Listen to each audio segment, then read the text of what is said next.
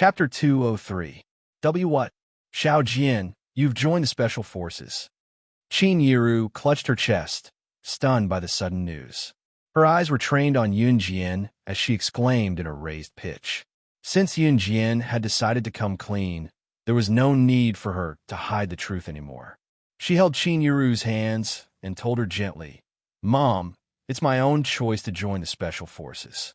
Yun Jian's words had almost cleared up all of Qin Yiru's doubts. It even made Qin Yiru think that Yun Jian's sudden improvement in skills was due to her joining the Special Forces and training. Even Yun Jian's swift killing of the thugs just now was the result of her training in the Special Forces. Qin Yiru felt like she had found the source of all her doubts, but at the same time, she could not accept it all of a sudden. Yun Jian stood where she was, waiting for Qin Yiru to digest the truth. After a long time, Qin Yiru held Yun Jian's hands. She did not know how she should feel toward Yun Jian right now. Qin Yiru only felt that she was a failure as a mother. As a mother, she did not even know what her daughter had been doing recently. In spite of it, Qin Yiru still held Yun Jian's hands and told her in detail, "Xiao Jian, I don't object to you staying in the Special Forces, but you have to promise that nothing will happen to you. I know that it's dangerous, but you're not allowed to be in danger. Promise me, and I won't stop you." Qin Yiru was not like some mothers who treated their children like treasure. She loved her child, but she respected her choice as well. Of course, this was on the premise that her child's life was guaranteed. Yun Jian knew that being a Special Forces soldier was dangerous at all times, but she nodded at Qin Yiru. "Mom, I promise I'll be fine." Being a Special Forces soldier was dangerous, but it paled in comparison to the various organizations she had to come into contact with in her past life. What was certain, however, was that she would return to her previous life's environment one day. Of course, the person who wanted her, slaying God, dead, was not born yet. Amen. Qin Yiru leaned toward Yun Jian and rested her head softly beside Yun Jian's before caressing Yun Jian's forehead. To Qin Yiru, no matter how mature her Xiao Jian was, she was still a child. After returning to school, Yun Jian had a few days of peace. It was just that there was a rumor in school recently that caused a commotion in the entire Longmen city. A talkative and lively boy in class bragged to the class after class as if he was there himself. "My aunt was there when the criminals massacred the people in Northgate Mall." "Wow, are you for real? I heard that a bunch of criminals charged in that day and hacked people with watermelon knives." Another student chimed in immediately. The incident caused an uproar in Longmen City as the students in school were discussing it as well. "Of course it's true. My aunt said that she was standing on the 3rd floor at that time. She thought that she was done for, but guess what? In the end, they were all killed by a 15-year-old girl. F***, the girl's that strong." Someone else chimed in when the boy bragged just now. Yun Jian, the main character of the conversation who had just returned from the washroom, happened to pass by the students who were talking enthusiastically. "Hey, Xiao Jian, I remember that you went in Northgate Mall to buy clothes with your mom that day too, right?" Chen Sini was engrossed in the boy's story. She suddenly recalled that Yun Jian had told her that Yun Jian had accompanied her mother to Northgate Mall to buy clothes, so she mentioned it. Chapter 204. Hey, if that's the case, Yun Jian, you were there when the incident happened that day? One of the students couldn't hide his excitement and hurriedly asked Yun Jian. Everyone in the class wanted to know the answer to this question. Although the boy who was bragging just now said that his aunt was there, that was what he heard from his aunt. He didn't see it with his own eyes. If Yun Jian was really there at that time, then she must know the whole story clearly. In fact, Chen Sini also wanted to know what happened at the mall. However, she inadvertently made Yun Jian the center of attention in the class. She winked at Yun Jian apologetically. Yun Jian was in a good mood at the moment. She smiled back at Chen Sini and then looked into the pairs of expectant eyes in the class. She nodded and said, "That's right, I was there." "Then hurry up and tell us. What happened that day? Could it be that those criminals really died in the hands of a 15-year-old girl?" The student who couldn't hide his excitement asked Yun Jian again, his eyes shining with fascination. Yun Jian only smiled slightly. She pursed her lips and looked at the group of students who were especially curious about what happened that day. She raised her eyebrows and said, "If I said that I killed those criminals, would you believe me?" What? Hearing Yun Jin's words, everyone present turned pale with fright. She was the one who killed the criminals in the legends? Opening their eyes again, Yun Jin was indeed 15 or 16 years old. The girl who killed the criminals in the rumors was also around this age. Could it be that she really killed those criminals? Just kidding. In the next second, Yun Jin dissolved the tense atmosphere at the scene. Yun Jin's half-true and half-false words made the students present relax. However, if she really killed someone, how could she come back to school so quickly? Even if she didn't, she would be locked up by the police for a few days. The group of students immediately dispersed noisily. Chun Sini and Zhang Xiaofeng, on the other hand, ran over to surround Yun Jin after the group left. "Jian Jian, you must have killed those criminals, right?" Chun Sini went to Yun Jin and asked softly. Zhang Xiaofeng, on the other hand, looked at Yun Jin with admiration. Yun Jin nodded subtly and looked at Zhang Xiaofeng, asking, "Did you train when I wasn't here?" "Yes, of course, master. I've been training very hard." Zhang Xiaofeng, who was called out, put away his deep admiration for Yun Jin and flexed his muscles, gesturing at Yun Jin in a funny way. Zhang Xiaofeng and Chun Sini were slowly getting used to Yun Jin's unbelievable performance. After all, the two of them had witnessed enough of the things that had happened before. "So, master, when are you going to teach me something better?" Zhang Xiaofeng gestured again and went up to her with a grin. "We'll talk about it after you've mastered the chopstick throwing." Yun Jin pressed her lips together slightly and smiled subtly. Chopstick throwing was a skill she had Zhang Xiaofeng practice. It was actually very simple. He placed an empty beer bottle on the ground and got Zhang Xiaofeng to toss the empty beer bottles in the distance with his chopsticks. Toss one beer bottle after another would count. The movement sounded simple, but when Zhang Xiaofeng practiced it more and could easily throw the chopsticks and empty beer bottles far away, his basic skill would be more or less there. Although the movement sounded simple, many moves were closely related to it. Especially when it came to firearms, aiming was the most important point.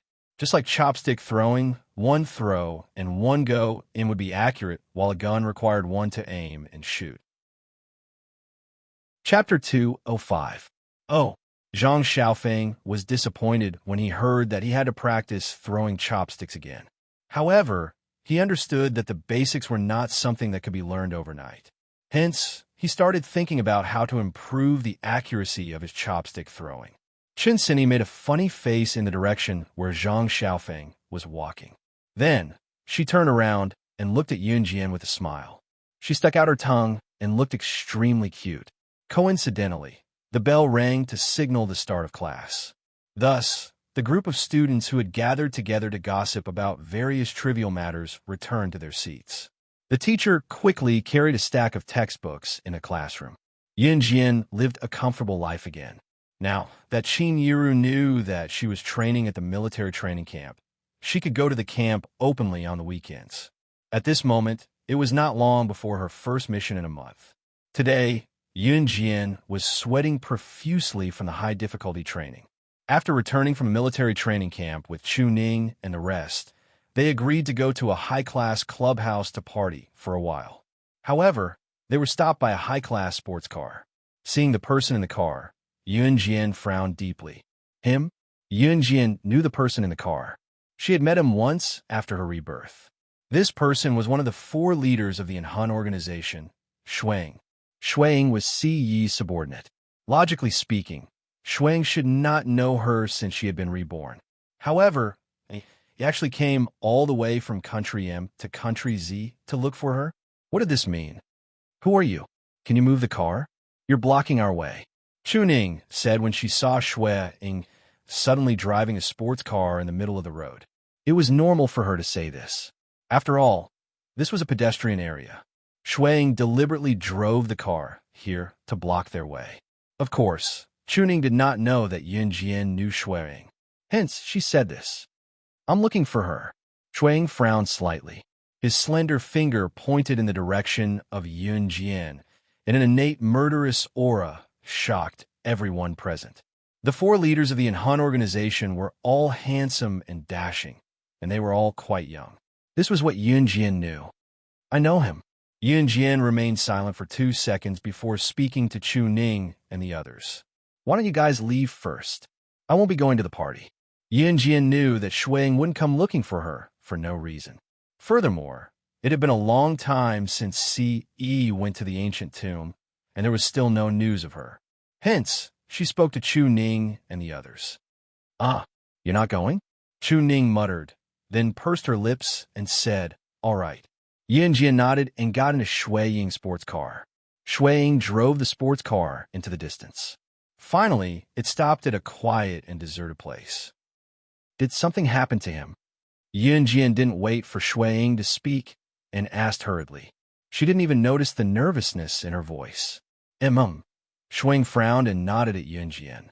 Then he said, Young Master entered the ancient tomb in the south with Adam and Imo Senator not long after. We lost contact with him. Our communication device was cut off. We can't contact him. Shui Ying sounded serious and nervous when he said this. How long has he been in the ancient tomb? Yunjian didn't care why Shui Ying came looking for her after C.E. went missing. She asked hurriedly. About 10 days. They prepared food when they went in. But if they don't come out after a long time, I'm afraid. Shui Ying didn't continue. However, even Shui Ying, one of the four leaders of an Han organization, was so serious. Yunjian knew that this matter was serious. The sandalwood box and the ancient tomb in the south. What secrets did it hold? She gritted her teeth, paused, and said to Shui Ying, I'll go back and prepare. Do you want to go to the ancient tomb with me? Chapter 206. Shui Ying frowned. He looked at Yunjian and said, I have to stay in the organization. See, he had told him before that even if something happened to him, Shui Ying had to stay in the organization in case someone took advantage of the situation. Actually, Shui Ying did not come to Yunjian because of C.E.'s instructions. He knew that C.E. had no intention of hiding anything from Yunjian. A woman that could catch the eye of his young master would naturally not be an ordinary person. That was why Shui Ying came to Yunjian to ask for help. And obviously, Yunjian did not disappoint Shui Ying. At this moment, Shui Ying suddenly felt that Yunjian and his young master were a perfect match. Okay, Yunjian nodded. Yunjian naturally knew what Shui Ying meant. He had to stay in the Enhan organization because the Enhan organization was similar to the Kosha mercenaries. Once all the leaders were not in the organization, those who were hiding in the dark would take action at any time. Yunjian did not expect herself to go to the southern country so suddenly. But when she heard that something had happened to C.E., she could not sit still. A muffled voice in her heart told her that she had to find him. If he was alive, she had to see him. If he was dead, she had to see his corpse. When Yunjian came back to her senses, she had already driven her LaFerrari sports car to Country A. Country A, which was the southern country, was the location of the ancient tomb where the sandalwood box was excavated. As for the few days that she disappeared, she asked Gajunjian to lie to Qin Yiru on her behalf. She lied that the army wanted to train the group of special forces candidates better and that they would undergo long-term closed training. Even the school had reported it. Yunjian took the detail map that she got from Shui Ying and drove her car at the speed of light. She did not drive to Country Z. Instead, she parked her car at the provincial airport and bought a ticket to Country A. It was already 4 o'clock in the afternoon when the ancient tomb of the sandalwood box was excavated in Country A, which was a relatively poor country. She rushed to the ancient tomb without stopping. The ancient tomb was located in a deep ravine. When Yunjian arrived, she could see many tents set up around it. Yunjian carried a lot of things she had prepared in advance and was about to enter the tomb. Little girl, wait. Suddenly, a deep voice stopped Yunjian in her tracks. Yunjian turned around to look. He saw a solemn middle-aged man standing in front of him. This man held a lot of archaeological equipment in his hands and wore a pair of glasses on the bridge of his nose. Looking at the group of people standing behind the middle-aged man, as well as their attire and appearance, there was no doubt that they were an archaeological team. The appearance of the sandalwood box and the rumor that the ancient tomb was only accessible attracted experts and scholars from all over the world, as well as archaeologists. Even famous figures from all over the world came one after another. However, not many people entered the tomb. There was even a large group of people from all over the world stationed here, but very few actually dared to enter the tomb. Naturally, he was afraid that once he entered the tomb, he would not be able to come out. It was just like the previous few batches of people who entered the tomb and never came out again. Just now, the middle-aged man called out to Yunjian in Chinese, so it was obvious that he was from country Z. However, the middle-aged man looked at Yunjian and asked, "Little girl, you are from country Z, right?" Yunjian nodded slightly. Chapter 207. The Flying Dragon Archaeological Team enjoyed a great reputation in country Z. Even some people who weren't in the circle knew about them. Yu Bufan and the group of people behind him were the members of the mysterious Flying Dragon Archaeological Team. Although Yunjian wasn't in the circle, she had heard about the Flying Dragon Archaeological Team. She nodded at Yu Bufan and said, "That's right, I want to enter the tomb." When Yunjian said this, not only Yu Bufan, but also the group of teammates behind him gasped. Did this little girl not know about the situation here, or what? She actually said that she wanted to enter the tomb in such a relaxed tone. Didn't she know about the rumor of only entering and not leaving in the ancient tomb? Little girl, are you alone?" Yu Bufan swallowed his saliva and asked. Actually, when Yu Bufan saw Yunjian carrying a bulging backpack just now, he casually guessed that she wanted to enter the tomb. He didn't expect her to really enter the tomb. And she was alone? "My name is Yunjian. I'm alone." Yunjian wasn't in a hurry to leave as she said this to Yu Bufan. It was her first time here, so she could get a feel of the situation here.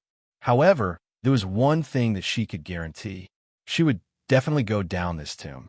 Ahem, haven't you heard of the rumor about the ancient tomb? We've been stationed here for a long time.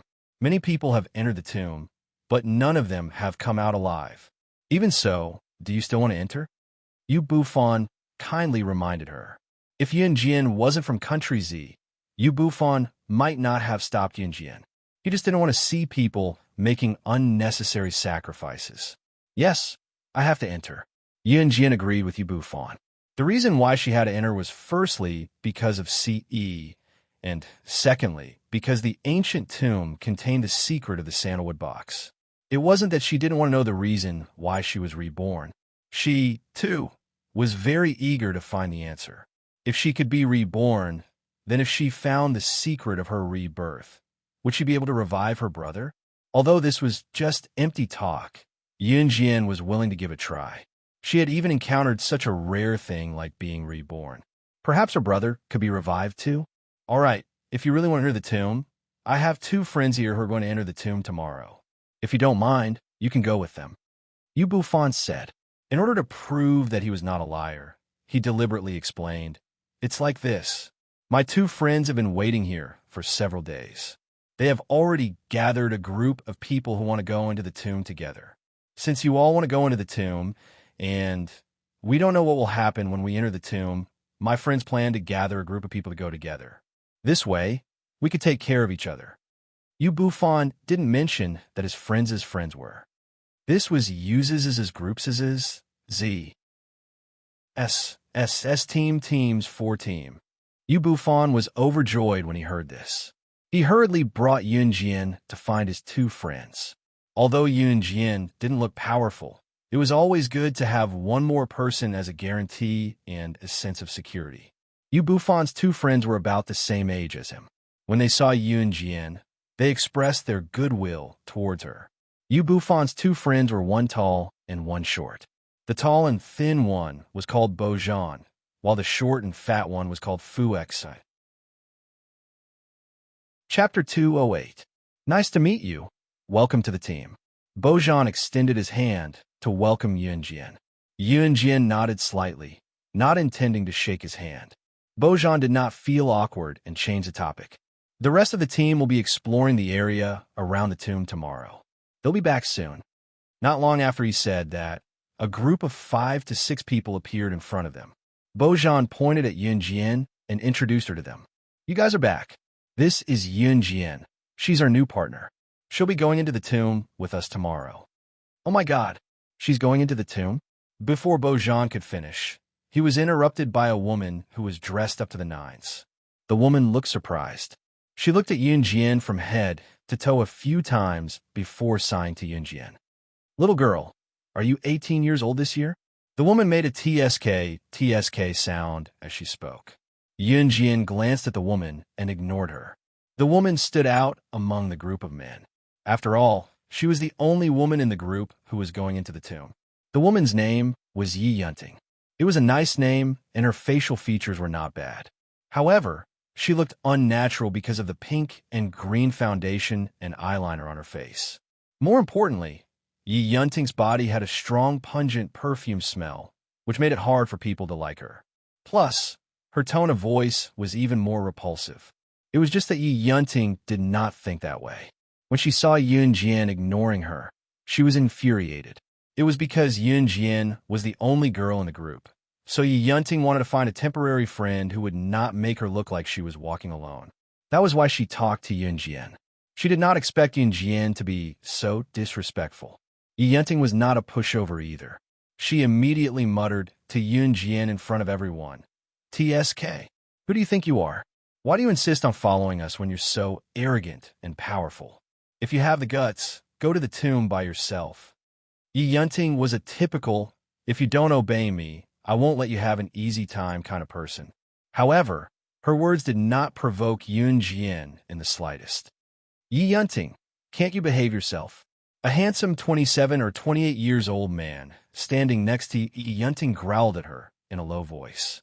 Then, the man looked at Yunjian apologetically and said, "Little girl, I apologize on her behalf. Please don't mind what she said. Ling Tianhao, how dare you scold me for someone else? I didn't do anything wrong."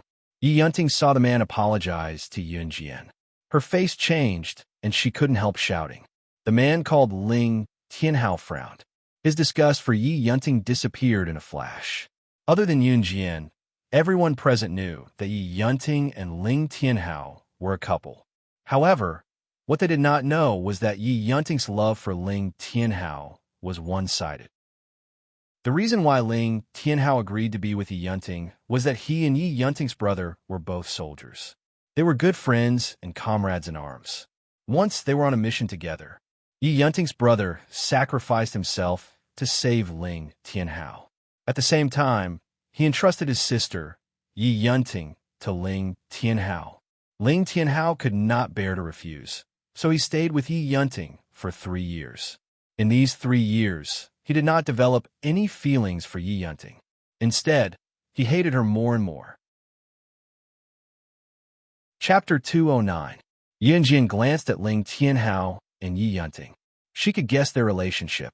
She ignored Yunting's aggressive words and replied to Ling Tianhao, "I don't care about the howling of a mad dog." She didn't come here to quarrel with them, so she didn't care about Yunting's behavior. Yunting was even angrier. She pointed at Yunjian and was about to walk over. She rolled up her sleeves and pretended to fight. "You call me a dog? How dare you call me a dog? You! Enough! Yunting, do you still want to go to the tomb with us? If you say one more word, you can go home." Ling Tianhao yelled at Yunting in the next second. At the same time, Ling Tianhao forcefully dragged Yunting away to prevent the conflict from escalating. The rest of the people looked at each other. They were all dissatisfied with Yunting. After Ling Tianhao dragged Yunting away, Yunjian got to know the rest of them as well. She also knew that they were with Ling Tianhao. "Actually, we are special forces. The man who just went over there is also one of our teammates. His name is Ling Tianhao. He was ordered to go into the tomb to investigate the situation." The man in the military posture smiled bitterly as he spoke. The man who looked like a soldier was called Sun Jinxiong. Sun Jinxiong waved his hand with a bitter smile. He waved his hand in the direction where Ling Tianhao and Yunting were walking. Then he sighed and said, "Sigh, Tianhao is such a good person. How could he be involved in such a thing?" When old Yi left, he shouldn't have entrusted his sister to Sun Jinxiong's side. At this moment, a tall and sturdy man elbowed him in the stomach and interrupted him. "Old Sun, don't talk so much. Be careful that Yi Yunting doesn't hear you. She'll make a scene again. Fine, fine, fine. It's useless to say more. I won't talk anymore. Sun Jinxiong smiled awkwardly and turned to ask Yun Jian, "Oh right, little girl, why do you want to go to the tomb? You can't enter the tomb unless you have no other choice. It's very dangerous inside." Sun Jinxiong had good intentions, but Yun Jian smiled and interrupted him. She said, "My name is Yun Jian. I have a reason why I have to enter." Since Yun Jian said so, they didn't ask anything more. Yun Jian had also figured out the situation of this group of people. Bo Zhan and Fu Xian were together. They were both members of the Flying Dragon archaeological team and friends of Yu Bufan. The two of them heard that the tomb was dangerous, so they gathered people to go down the tomb with them. That was how they met Ling Tianhao, Sun Jinxiong, and the others. Other than Yi Yunting, who was forced to come along, Ling Tianhao and the others were members of a special force from Z Country. They were going into the tomb to carry out their mission. Yun Jian knew that there were many special forces in Country Z, but not many of them could be classified as advanced special forces. As for whether they were related to Gu Junjian, there was nothing to say. Yi Yunting and Ling Tianhao came back when the sky was dark. She didn't know how Ling Tianhao comforted Yi Yunting, but both of them had calmed down by the time they came back. They set up a tent for Yun Jian and then went to pack their things. These things were naturally necessary for the trip to the tomb the next day. Yun Jian also took out the things in her backpack and counted them. "Hey, look, there's another car coming." At this moment, a tall and large off-road vehicle drove over in an overbearing manner, flashing past in front of everyone. There was a huge unique skull on the front of the SUV, which attracted everyone's attention. The one who spoke was Sun Jinxiong. Bo Zhan's eyes widened as he watched the off-road vehicle drive past. He was currently pointing at the SUV's tracks and exclaiming softly, Isn't that Gu Sha mercenary's car? I can't be wrong about the symbol on the car. No one would dare to imitate that symbol." As soon as he said this, everyone was horrified. Chapter 210. Kosha Mercenaries. It was the international mercenary organization that was famous all over the world. Ling Tianhao, Sun Jinxiong, and the rest's expressions changed upon hearing Bo Zhan's words. Yun Jian raised her eyebrows slightly. Of course, she saw the logo on the car. It was undoubtedly Kosha Mercenaries. However, it was too dark for her to see clearly who was in the car. What Kosha Mercenaries? Yi Yunting raised her eyebrows in disdain and asked, "It's just a small organization. Look at how scared you are. It's not like we're in a sci-fi movie." Yi Yunting mumbled. Yi Yunting was a typical lady who was raised in her boudoir. Naturally, she had never heard of international assassin organizations. That was why she scoffed when she saw the terrified expression on everyone's faces when they heard about Kosha Mercenaries. Sun Jinxiong and the rest almost slapped Yi Yunting when they heard what she said. It would be fine if Yi Yunting said that to them. If she said that in front of Kosha Mercenaries, not only would she die, but all of them would die with her. Yi Yunting, shut up. It was the first time Sun Jinxiong yelled at Yi Yunting, who had nothing to do with him. Kosha Mercenaries. We can't afford to offend them. Yi Yunting, you better restrain yourself. Otherwise, you don't have to come with us. Even the usually calm Fu Xian threatened Yi Yunting. With that, no one gave Yi Yunting an explanation. However, Yi Yunting really shut her mouth after hearing what everyone said. She was really afraid that Bo Zhan and Fu Xian would refuse to bring her along. Even if Ling Tianhao wanted to bring her along, there was nothing he could do. However, Yi Yunting did not stop there. She could not help but grit her teeth in grievance. What Kosha Mercenaries? How could they be so powerful? Haha, she did not believe it. Everyone, pack up and rest early. We'll enter the tomb tomorrow morning. Bo Zhan said with a frown. After everyone heard this, they immediately dispersed. Yun Jian, on the other hand, only slightly hid her lip gloss. She didn't know who from the Kosha Mercenaries was sitting in the off-road vehicle. Perhaps he would be able to meet them after entering the tomb. Therefore, Yun Jian went back to the tent after checking the things in the bag. He had a dreamless night. The next day, at 4 or 5 o'clock, autumn turned to winter. The sun had not risen yet, and the sky was pitch black. Yin Jian turned over and got out of bed. By the time Bo Zhan and the rest woke up, Yin Jian was already done with her morning training and had put on all her equipment. "Let's gather and depart," Bo Zhan said once everyone was awake. Bo Zhan then bade farewell to Yu Bufan and the rest, and the group headed towards the ancient tomb. Yin Jian walked at the back of the group. She had been observing the surroundings along the way. When they arrived at the entrance of the tomb, it was already 8:30 in the morning. What appeared in front of them was a dried-up well. When the ancient tomb was excavated, it was found in a dried-up well. Therefore, there was only one way to enter the tomb, and that was to go down this deep dried-up well. "Who's going first?" Bo Zhan asked after tying the rope. "Yi Yunting, since you're so good, why don't you go first?" Sun Jianxiong suggested as he saw that Yi Yunting was unhappy. I. Yi Yunting shuddered violently.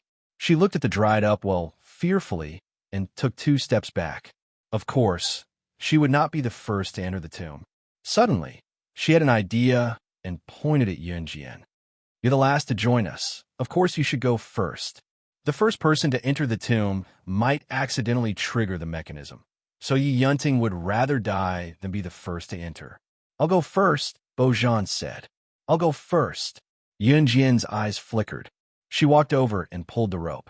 Without any hesitation, she stood in front of the dried-up well and jumped in swiftly. Everyone was stunned as well. After all, the warning that no one who enters the tomb will survive was still there. Who could guarantee that those who entered the tomb would not be killed on the spot by the mechanism? Chapter 211. Although that was what everyone thought, after Yin Jian, Bo Zhan led them into the tomb one by one. Yi Yunting was pushed into the well by Ling Tianhao. She wanted to give up when she saw how deep the well was. However, Ling Tianhao pulled her down mercilessly, and she followed suit. At the same time, Yun Jian turned on the flashlight, as she was the first to enter the tomb. She looked around and found that there was a secret passage at the bottom of the well. She raised her head and looked at the top of the well, but all she saw was darkness. Even the sun couldn't shine through. She could not even see Bo Zhan and the rest who were standing outside the well, let alone hear their voices. It was very strange. However, Yin Jian did not have to wait long before Bo Zhan and the rest came down one by one. "How is it? Is there a way out?" Bo Zhan asked Yin Jian after he came down. At the same time, he was fiddling with the communicator in his hand. The signal was full. "There's only one way." Yun Jian pointed at the only passage in front of them and said, "They're all down. Let's go then." Bo Zhan turned on the flashlight he had prepared and let Yin Jian keep hers while he led the way.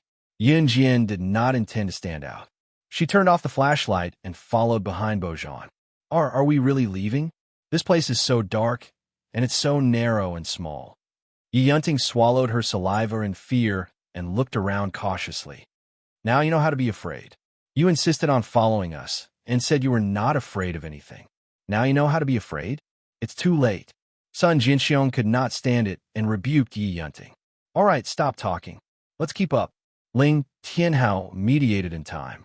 He did not wait for Yi Yunting and followed the group. Yi Yunting saw that Ling Tianhao had left and quickly followed. The secret passage was very narrow and small.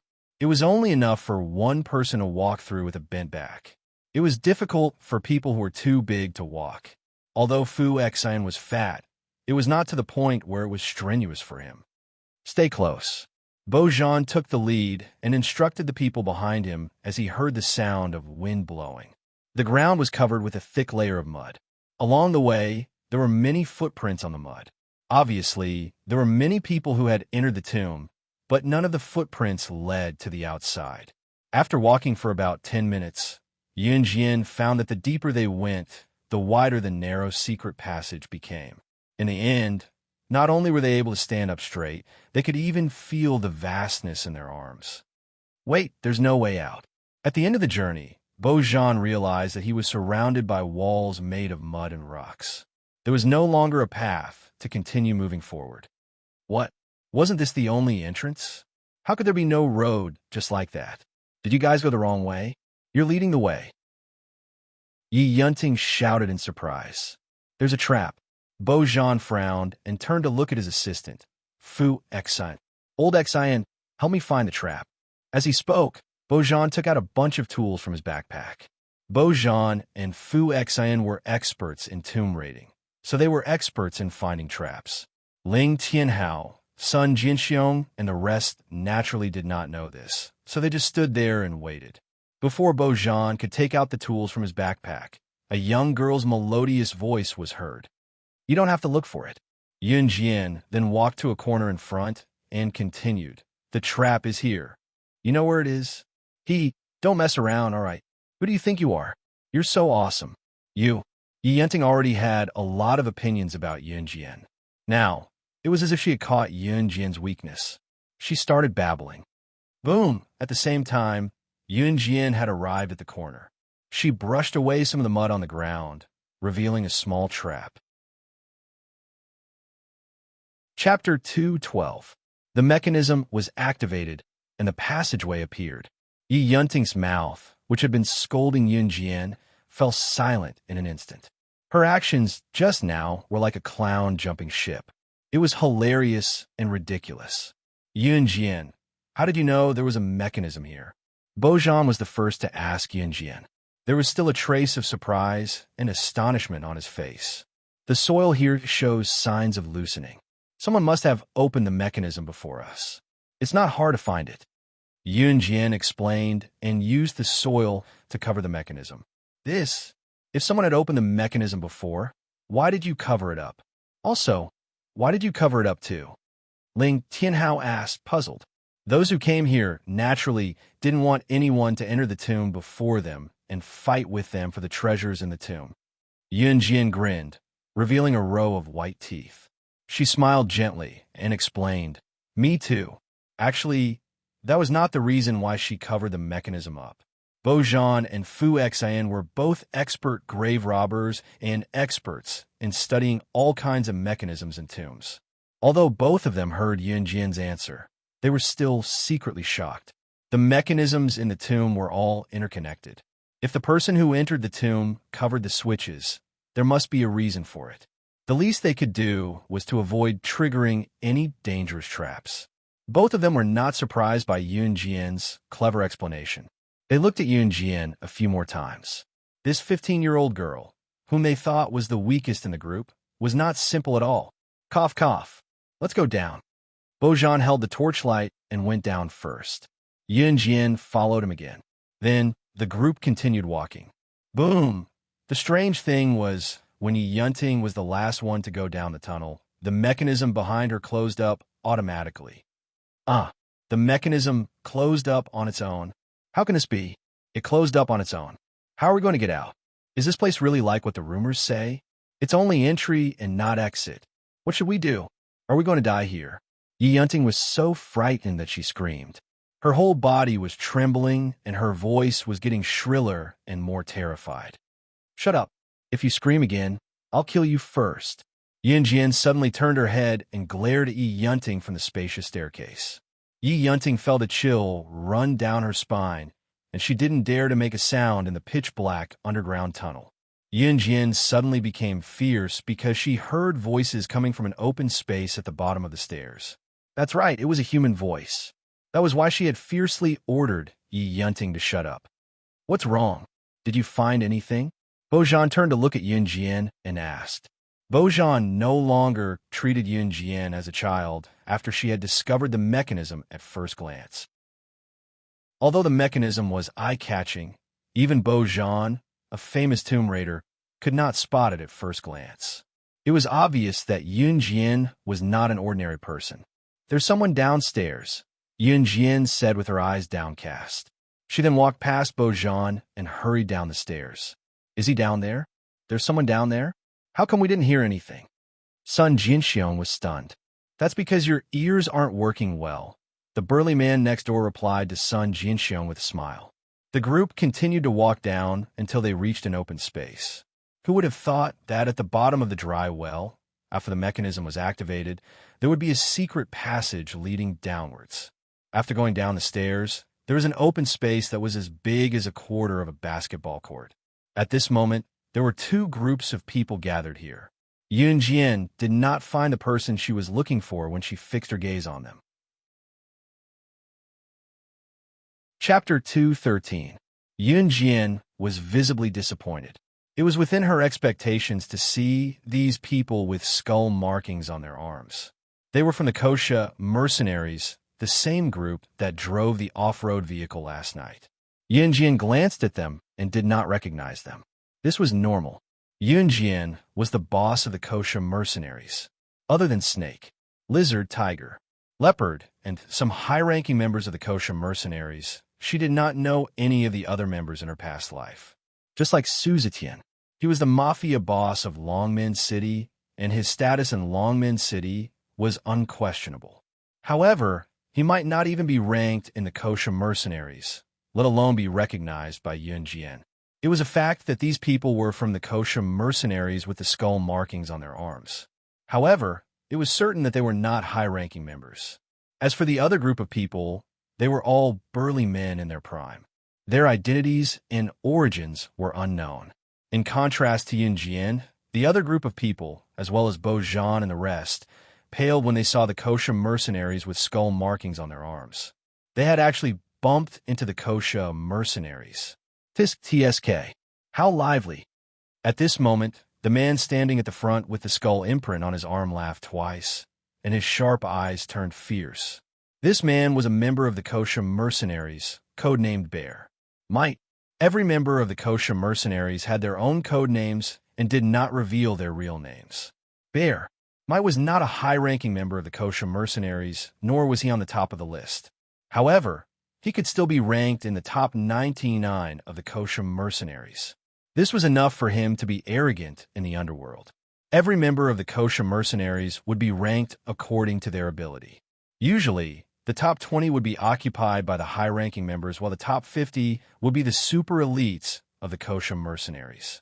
Those who could be ranked in the top 100 of the Kosha mercenaries could already be arrogant in the underworld. Even someone like Su Zetian could only be ranked in the tens of thousands of the Kosha mercenaries. One could only imagine Bear Might's status.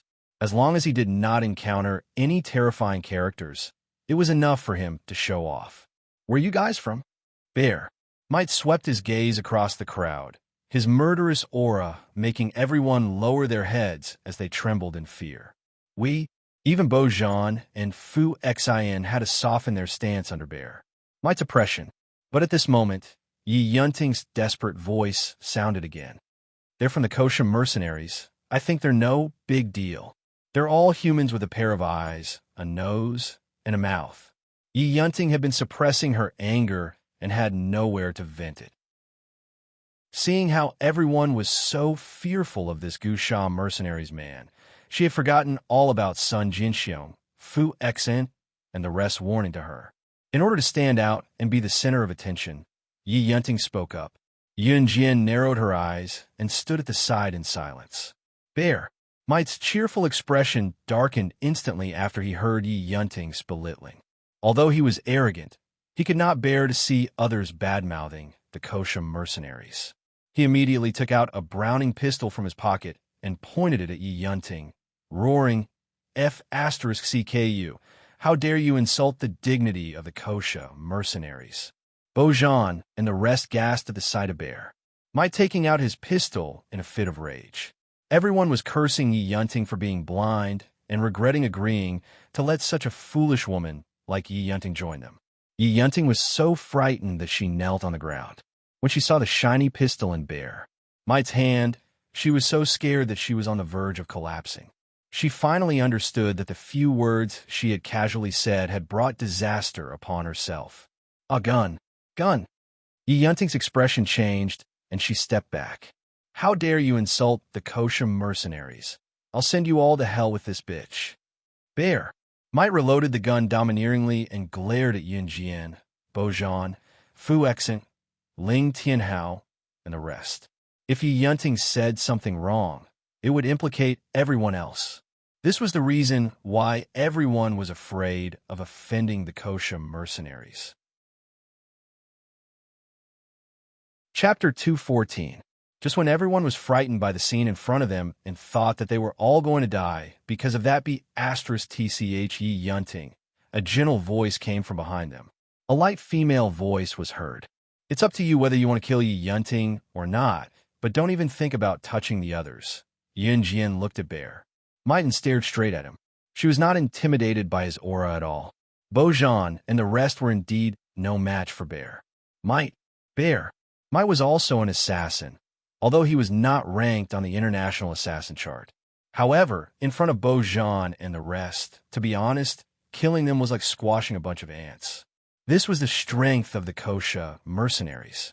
A member of the Kosha mercenaries could fight against 100 people at once. Yin Jian, how dare you ask him to kill me? How can you be so vicious? Do you have a conscience? If we didn't bring you in, you probably wouldn't even be able to enter this place. And now you're abandoning me. Yi Yunting was really scared when she heard that and started to curse at Yun Jian. She did not even think about how she had failed to bully Yun Jian and forced her to do so. And who are you? Bear Might ignored Yi Yunting's words and looked straight at Yun Jian. His instincts told him that this girl was not simple. Even Bo Zhan and the rest of the men would sweat and tremble in fear when they saw their guns pointed at them. Yun Jian was not moved at all. On the contrary, she stood out to vouch for the rest. Bear Might was arrogant, but he always remembered that he was a member of the Kosha mercenaries. How could Bear Might, who was able to squeeze into the top 100 of the Kosha mercenaries, be a decisive person who would kill without knowing the background of the other party? If that was the case, he would not have survived until now. We are not enemies. Yun Jian narrowed her eyes and looked at Bear Might from the side and replied. After saying that, she turned around and walked towards Yi Yunting under everyone's gazes. What are you doing? Yi Yunting took 2 steps back, looking at Yun Jian, who was walking toward her with a menacing aura. Yi Yunting retreated step by step until she reached a corner and could no longer retreat. Has anyone ever told you that you can't afford to offend the Kosha mercenaries? Yun Jian gave a sinister smile. It was extremely creepy. Yi Yunting backed away in fear, shaking her head as she looked at the shiny gun in Bear Might's hand and cried out fearfully, I'm wrong. I'm really wrong. Yun Jian, plead for mercy for me. Save me, I can't die. Yi Yunting thought that Yun Jian was planning to sacrifice herself to protect herself and the others. Of course. It was only at this moment that Yi Yunting reacted. Any member of Gusha mercenaries could pull out a pistol and kill anyone they wanted. This organization was definitely not the small one she had mentioned earlier. Save you? The dignity of the Kosha mercenaries is not something you can slander. Yun Jian curled her lips. She looked at the frightened Yi Yunting and narrowed her eyes. The Kosha mercenaries? Could it be that Yun Jian was a member of the Kosha mercenaries? After hearing Yun Jian's words, everyone widened their eyes and stared at her in shock. She was actually a member of the Kosha mercenaries? How old was she? Even Bear Might and the others were completely dumbfounded. Yun Jian looked at Bear Might and said, How do you deal with outsiders slandering the Kosha mercenaries? It was an absolute order. Yun Jian was born with the aura of a king. Even Xiongwei, who was aggressive just now, did not know about Yun Jian's identity and status and was willing to yield. Chapter 215. Anyone who slandered the Kosha mercenaries will be killed without mercy, Yun Jian repeated. She stared at Yi Yunting with a murderous look in her eyes. She was the one who set this rule. So why don't you do it? Yun Jian turned her head and ordered Bear Might. Bear Might and his men were completely stunned on the spot. Logically speaking, Yun Jian and Yi Yunting were on the same side. Now that Yi Yunting had slandered the Kosha mercenaries, this little girl not only claimed to be a member of the Kosha mercenaries, but also asked him to kill Yi Yunting, who had entered the tomb with her. Yi Yunting was completely shocked. She did not expect Yun Jian to be a member of the Kosha mercenaries. In spite of it, Yi Yunting did not forget to ask for help. Seeing that Yun Jian's pleas were futile, she scrambled to Ling Tianhao and tugged at his pants, wailing, Tianhao, save me, save me.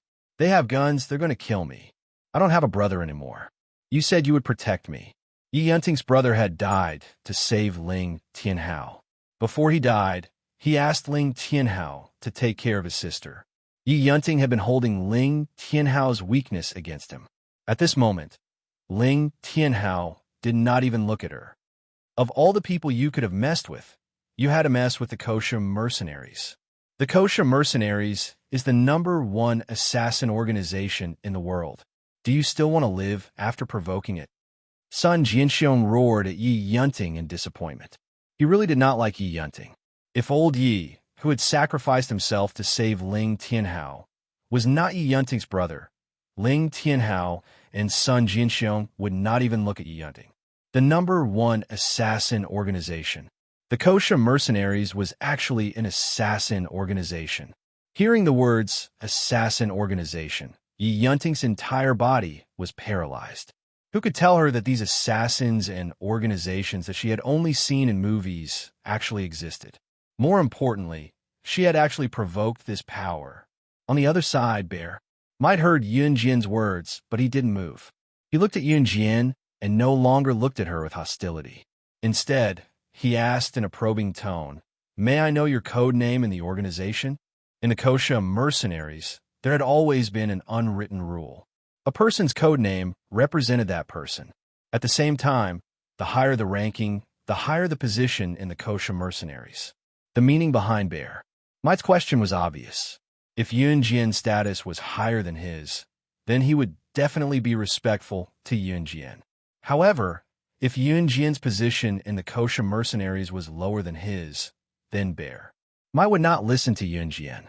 Just as Bo Zhan and the rest were slowly accepting Yun Jian's identity, the frivolous conversation between Yun Jian and Bear Might was heard again. "You don't deserve to know." Yun Jian looked at Xiong Wei and crossed her arms.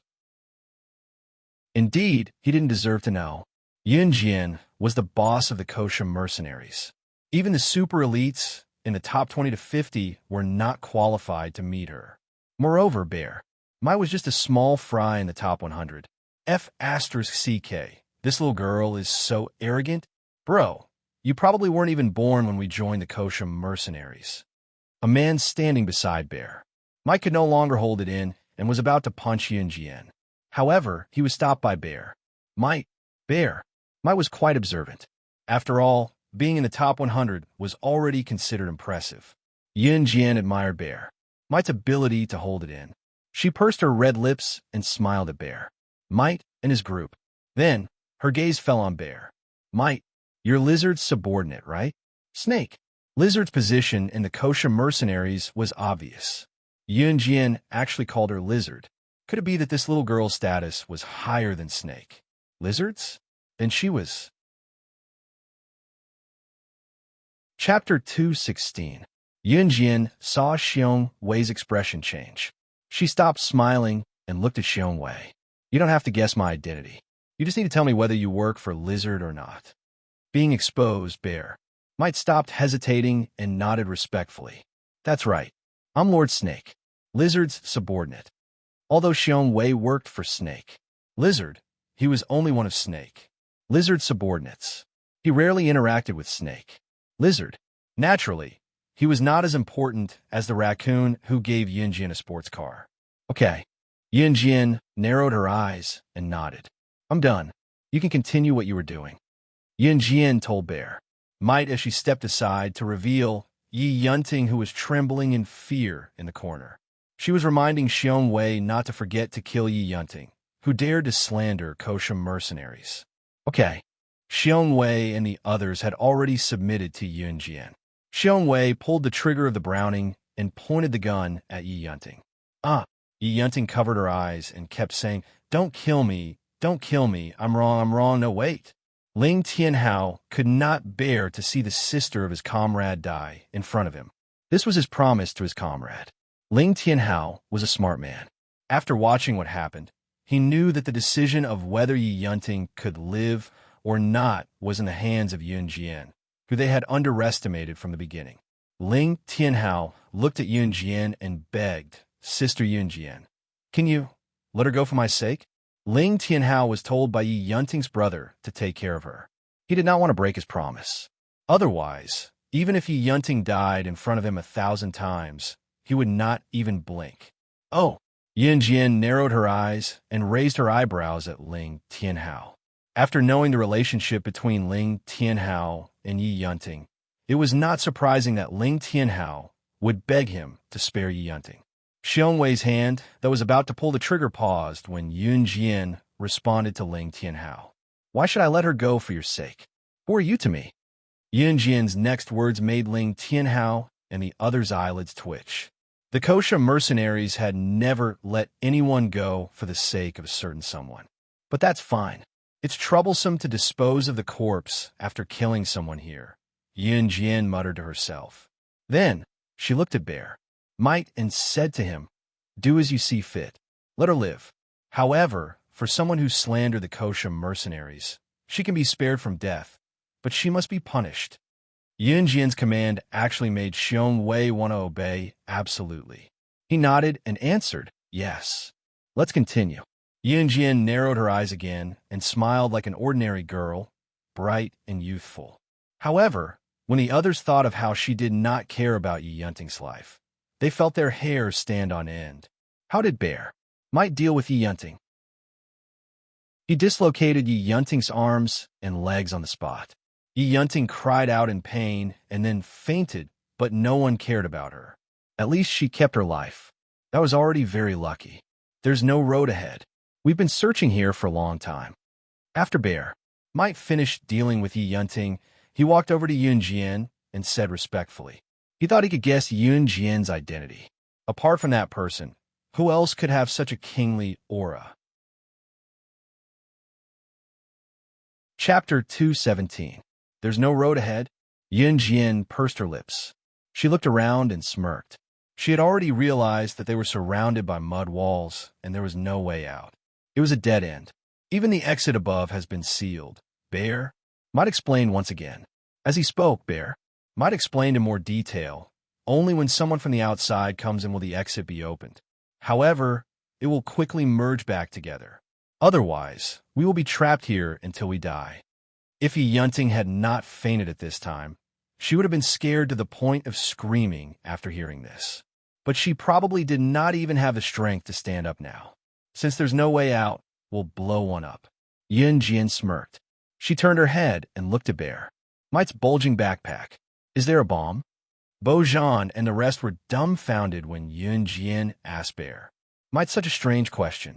They were here to rob a tomb. Who would bring a bomb to rob a tomb? But they did not know the members of the Kosha mercenaries. Any member of the Kosha mercenaries would carry a huge backpack when they were out on a mission or venturing into a dangerous place. There must be a bomb in the backpack. But the bomb's power was moderate. It wasn't the kind of dangerous bomb that would kill everyone around it if it was thrown. Under everyone's watchful eyes, Bear Might took out a mini bomb from his backpack and handed it to Yun Jian. There is. Everyone was stunned. The Kosha mercenaries carried bombs with them at all times. What are you going to do with the bomb?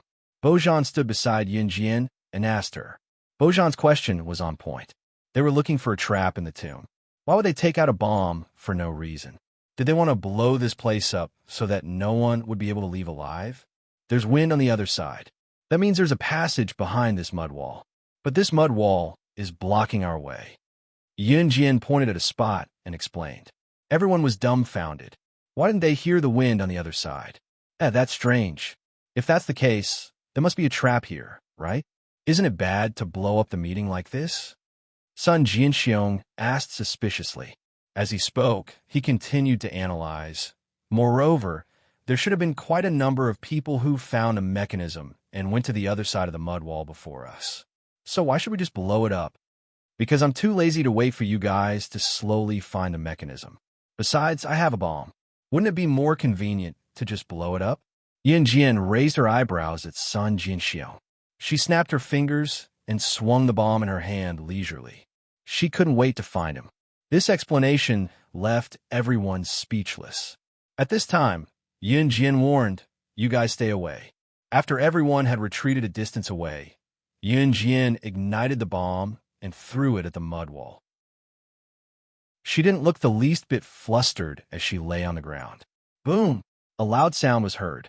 The dust and dirt that flew up from the explosion hit them in the face. After the dust and dirt settled on the ground, everyone shone their flashlights at the small hole that was blasted open by the explosion. In front of the small hole, on the other side of the mud wall, was a passageway. It's really a passage, Sun Jianxiong shouted in surprise. At the same time, he turned his head and saw that the girl seemed to have everything under control. He couldn't help but gulp. Chapter 218. Let's go. Yin Jian stood up and patted her dusty clothes. She took the lead and walked towards the small hole that was blown up. When the others saw this, they all followed suit. Yi Yunting had fainted. Ling Tianhao had no choice but to stay even though he did not want to care about her. At this moment, other than the two of them, the others continued to move forward. There was no way back. The only thing left for them was to move forward. Tap, tap, tap. The surroundings were so quiet that only the sound of footsteps could be heard, and the endless darkness that could be seen when one looked up. Splash, splash, splash. There seemed to be the sound of flowing water in the distance. There's the sound of flowing water over there. Everyone moved forward quickly in surprise. There's also human voices. Yun Jian narrowed her eyes. She took the lead and suddenly said this. Everyone was stunned out of habit. No one heard human voices, except for Yun Jian. However, after the incident where Yun Jian directly blew up the tunnel, everyone had tacitly chosen to believe her words. As expected, after walking for about 4 to 5 minutes, mixed human voices came from the other end of the tunnel. Yun Jian and the others could feel as well. The passage was gradually widening again, until finally, a mud hole the size of a basketball court appeared in front of everyone's eyes. On this empty land, groups of people and horses were all gathered together. Some even set up tents on this open space. Soon, everyone realized that these people were the ones who entered the tomb and did not come out again. Beside this huge mud hole, there was a stream of water that came from nowhere. It flowed out from the first corner and then flowed out from the last corner. The most amazing thing was that this stream of water, which came from an unknown source, was filled with lively little fish and shrimps. There were quite a lot of them. This was the world of the underground people, not to mention Bo Zhan and the others. Even Yin Jian could not help but smile. At this moment, Sun Jianxiong and the others seemed to have seen someone they knew in the crowd. Professor Su. Sun Jianxiong and the others rushed forward. You guys are here too? The man called Dr. Su was full of energy. He was about 50 or 60 years old and was a very energetic old man. Professor Su was also stunned when he saw Sun Jianxiong and the others. It was obvious that Sun Jianxiong and the others had been sent to the tomb by Z Country to look for Professor Su, who had also been buried. It could be seen that Professor Su held a high position in Z Country and was highly valued. Professor Su, what's going on here? Why didn't anyone come out of the tomb? Sun Jianxiong asked. Yun Jian and the others stood in the distance and listened. Professor Su pointed at a stone door carved with dragons and phoenixes. He sighed and said, "It's not that we can't go back, it's that no one wants to." When everyone heard this, they were instantly stunned. Professor Su explained the whole story in detail. After the first person to enter the tomb discovered this place, he refused to leave. There was one reason. There were a few ancient characters engraved on the stone door with the dragon and phoenix carvings. The experts and scholars studied it for several days and finally deciphered the translation of the ancient characters. The translated meaning of the words on the stone door was, "Pass through this stone door and you will know all the secrets of the sandalwood box." Of course, those who wanted to pass through this stone door had to stay here for a whole year. Everyone present was here to decipher the secrets of the sandalwood box. Of course, they refused to leave. Moreover, there were large numbers of fish and prawns in the flowing water. Once they stayed here, they could catch fish and prawns and cook them. They did not have to worry about starving to death. In the eyes of outsiders, the people who entered the tomb had already become horrifying skeletons. Professor Su, since you're here, why don't you contact the outside world? Sun Jianxiong asked the key question. Professor Su shook his head and smiled. There's no signal here. After he said that, everyone took out their communicators and looked. There was no signal. Yun Jian came over while everyone was still in shock. She looked at Professor Su and asked, "May I ask if you've seen a handsome man who's about 19 years old and is 185 meters tall? There are 2 people with him?" She was naturally asking about CE. She looked around but still could not find him. She could not help but worry. Chapter 219.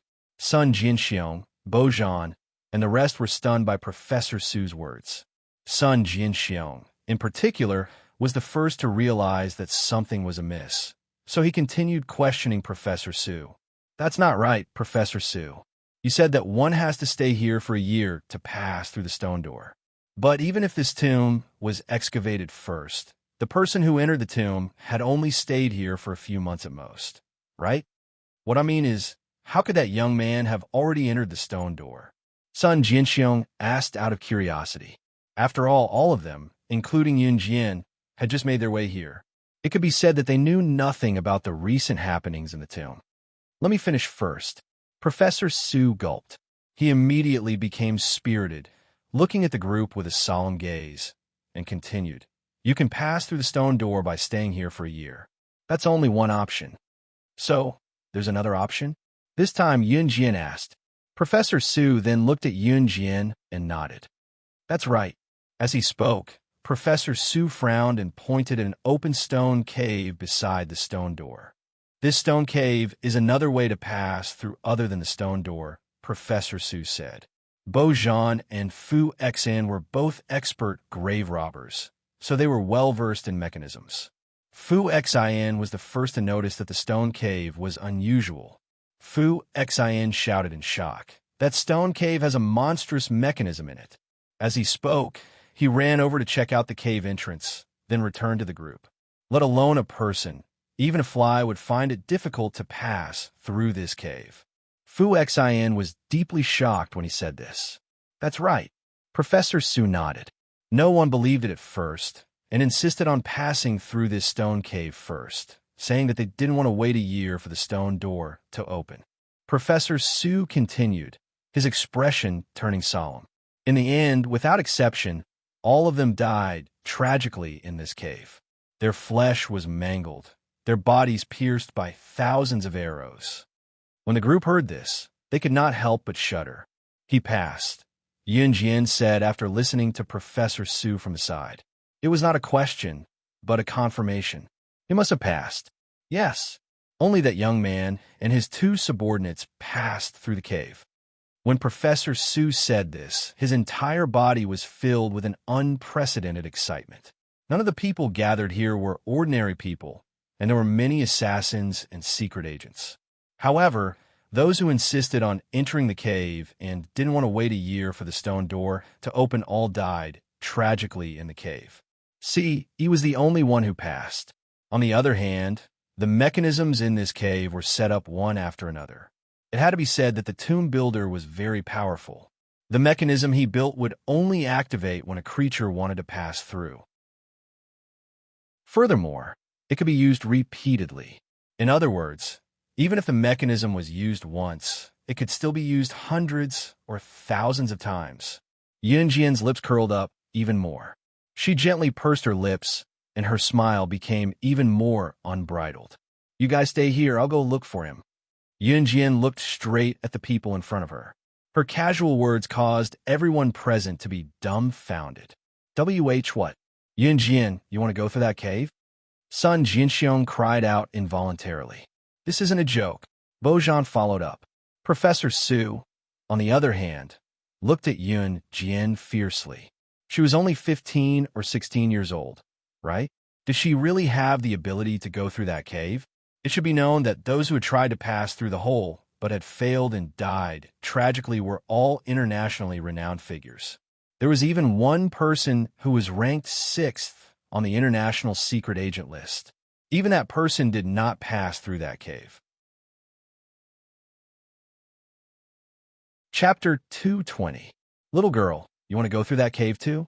Don't you know how many people have died in that cave? Only the last batch of people who didn't want to take the risk stayed behind and stayed here, waiting for the stone door to open. Professor Sue took a deep breath.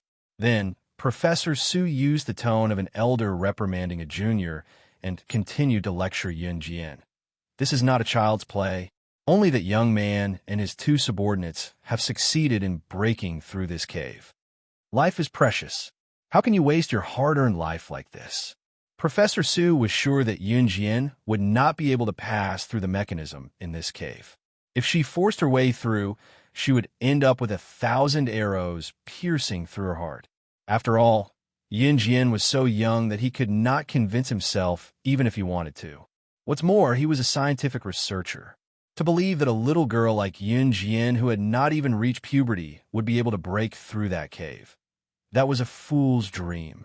Although Professor Sue was doing this for Yun Jian's sake, he did not want to see anyone make unnecessary sacrifices. But when the words came out of his mouth, his tone became not so pleasing. That's right, Yun Jian. Don't do something so risky. Professor Sue must have his reasons. Sun Jinxiong helped Professor Sue to persuade Yun Jian. Bo Zhan and Fu Xian did not believe that Yun Jian could pass through this cave. But the two of them did not say anything. As for Bear Might and the others, they simply remained silent. Bear Might was silent because he had already guessed Yun Jian's shocking identity. If Yun Jian was really one of the Kosha mercenaries, how could a mere cave trap her? If she wanted to pass through that cave, it would be as easy as lifting a finger. Do you think I would joke around with my life? Yun Jian sneered.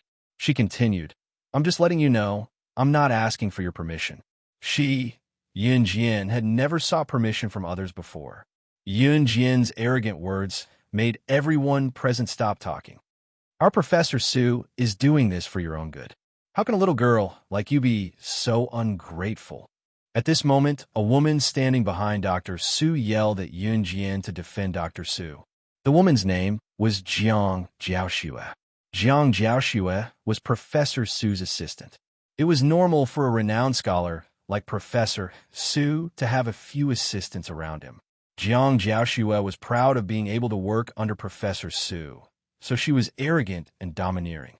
When she saw Yun Jian refuting Professor Sue, who she respected, she couldn't help but retaliate. Yun Jian merely curled her lips slightly and ignored Jiang Jiaoxue. She merely glanced at Xiong Wei and the others and said, All of you stay here. As she spoke, she walked towards the cave. You can't go. You can't go. Seeing that Yun Jian didn't listen to his advice and hated her for not listening to him, Professor Sue was even more annoyed. However, Bo Zhan noticed that Xiong Wei and the others who belonged to the Kosha mercenaries along with Yun Jian were not panicking at all.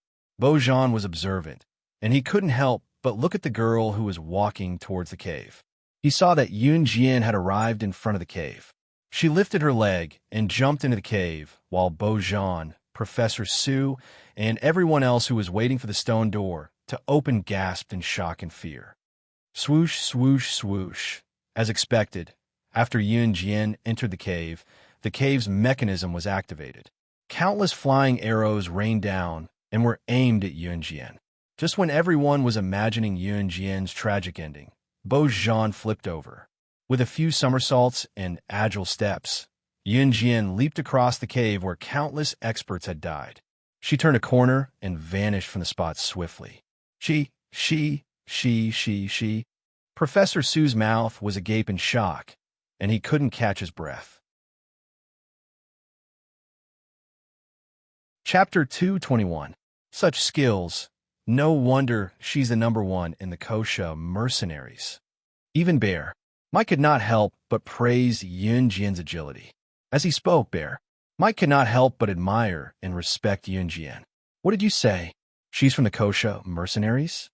Professor Sue, who was standing aside, heard Bear Might's exclamation and could not help but shout.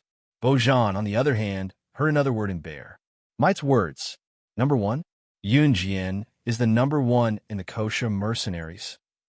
Bo Zhan asked Bear Might, dumbfounded. Who would have thought that Xiong Wei would just snort at these people who had turned pale with fright, ignoring them? Bear Might thought to himself that if these people knew Yun Jian's true identity, they would faint from fright. Even so, it was enough to shock Bojan, Professor Su, and the rest. Even if Professor Su was not involved in these matters, he had heard of the prestige of the Kosha mercenaries. There were only a few people who could be called the number one in the Kosha mercenaries, and each of them definitely had a place in the international rankings. It was no wonder that Yun Jian would act the way she did earlier. She was arrogant because she had the right to be arrogant. Jiang Jiaoxue, on the other hand, clenched her fists so tightly that her nails dug into her palms. From Professor Su and the rest's shock, she could tell that the little girl who spoke rudely just now was actually a big shot. No, she could not accept it. But in the end, Jiang Jiaoxue could only swallow her anger. On the other hand, Yun Jian passed the first checkpoint of the cave effortlessly and switched on the only lighter she had to light up the path ahead before she continued to move forward alone. Compared to when she was just reborn, her skills and agility had improved by leaps and bounds. Of course, this was also due to the results of her recent training in the military training camp. Tap, tap, tap. Stepping on the water that flowed out of nowhere, Yun Jian kept moving forward. But the strange thing was that after she passed through the small mechanism at the entrance of the cave, nothing dangerous happened. Even so, Yun Jian did not forget to maintain her initial vigilance. No one could predict what would appear in the next second or what they would encounter in this pitch-black tunnel. Yun Jian walked for about 15 minutes when she heard the sound of rushing water. She quickened her pace. After turning a corner, a bright light flashed in front of her eyes. Bright light? Yun Jian frowned suspiciously. When she saw the scenery in front of her again, she had reached the end of the cave tunnel. The end of the cave was actually a world of its own. And if she guessed correctly, she had already left the tomb. Because when they walked out from the end of the tunnel, the scorching sun was right above their heads. The exit? Out? Could it be that the so-called secret of the sandalwood? And the people waiting bitterly for the stone door to open were just waiting for a secret that did not exist? Just as Yun Jian was thinking this, a tall and handsome figure suddenly rushed past her. Just as Yun Jian was about to retaliate, a familiar scent wafted into her nose. The next second, she was pulled into the other party's embrace. "Why are you here?" Si frowned and pulled Yun Jian under his protection. Yun Jian felt a wave of dizziness, but she did not push Si away. She did not feel that there was anything wrong with this. Instead, she leaned her head against Si Yi's chest. "You lost contact, so I came to look for you," she whispered. "Did Shuang tell you privately?" Si Yi's clear voice came from above Yun Jian. There was a trace of anger in his voice, as well as a trace of joy that even he himself did not notice. Chapter 222. Yun Jian buried her head in Si Yi's chest. She then added, "I wanted to look for you myself." A smile appeared on Si Yi's handsome face. He looked down at Yun Jian and reached out to stroke Yun Jian's head. "Thank goodness you're all right." He had managed to get past the traps in the cave, even though it was a piece of cake for him. However, he would still be worried for Yun Jian, even if she was confident that she would be able to get past such a dangerous trap. Yun Jian's cheeks flushed instantly when he stroked her head for no reason. She did not know why she did not push Si Yi away at that moment. Si Yi's pleasant scent wafted into her nose. Ahem, ahem. An untimely cough interrupted Yun Jian and Si Yi's embrace. Yun Jian quickly wriggled out of Si Yi's embrace, her heart thumping wildly. This was the first time she had been caught hugging a man in a messy position. Slaying God, the king of international secret agents and the world's number one, was blushing because of this. "Young master, we have a new discovery." Adam, who had just interrupted the intimacy between the two of them, touched the bridge of his nose, his handsome face carrying a hint of teasing. Their young master was really interested in this woman. Would this woman become the young madam of their young master? Si's lips curled slightly. He flashed a satisfied smile at an angle that Yun Jian could not see. "Let's go." Si held Yun Jian's hand. Feeling the warmth of his large palm, Yun Jian did not reject him, nor was she shy.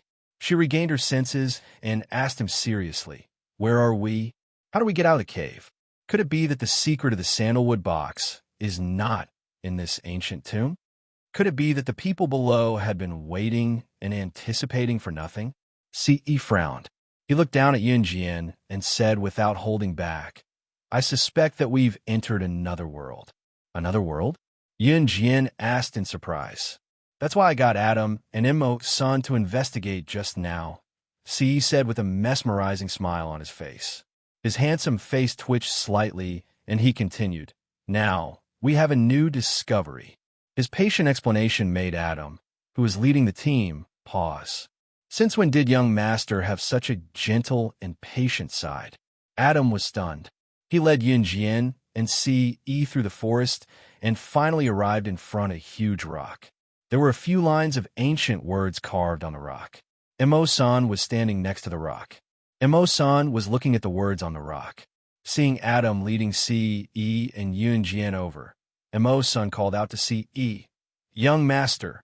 Ce nodded and looked at Immo-san, pointing to the rock in front of them. He said to him and Yunjian, "The words on this rock do not belong to any country or dynasty. I can't translate its meaning." Immo-san frowned bitterly as he spoke. Ce couldn't help but take a second look at the words that even Immo-san couldn't translate. "This is..." Yunjian suddenly stretched out her hand. She took 2 steps forward and placed her hand in the middle of the words on the rock under Ce's suspicious and Adam and Immo-san's surprised gazes. "The sandalwood box is an ancient divine artifact of the Yulon continent. The person who owns it must have supreme divine power and the ability to bring the dead back to life." Yunjian looked at the words on the rock and read them out loud. After she finished speaking, even she was stunned.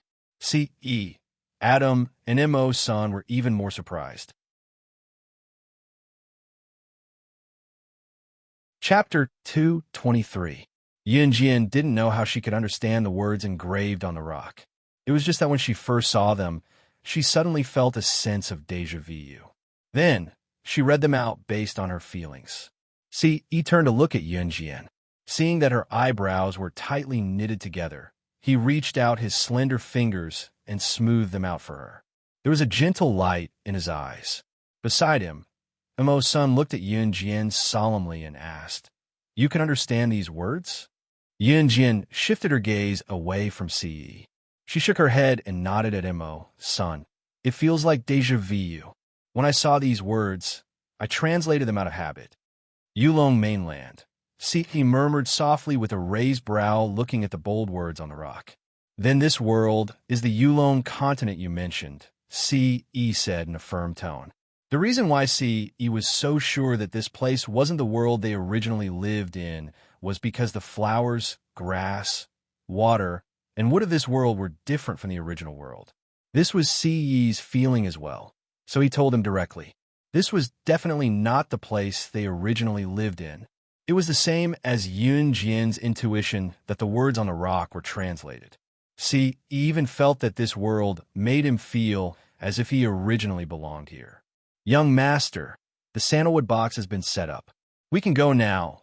Adam, who had been sent out to set up the sandalwood box, came back and said to Ce, Ce nodded slightly. "Let's go."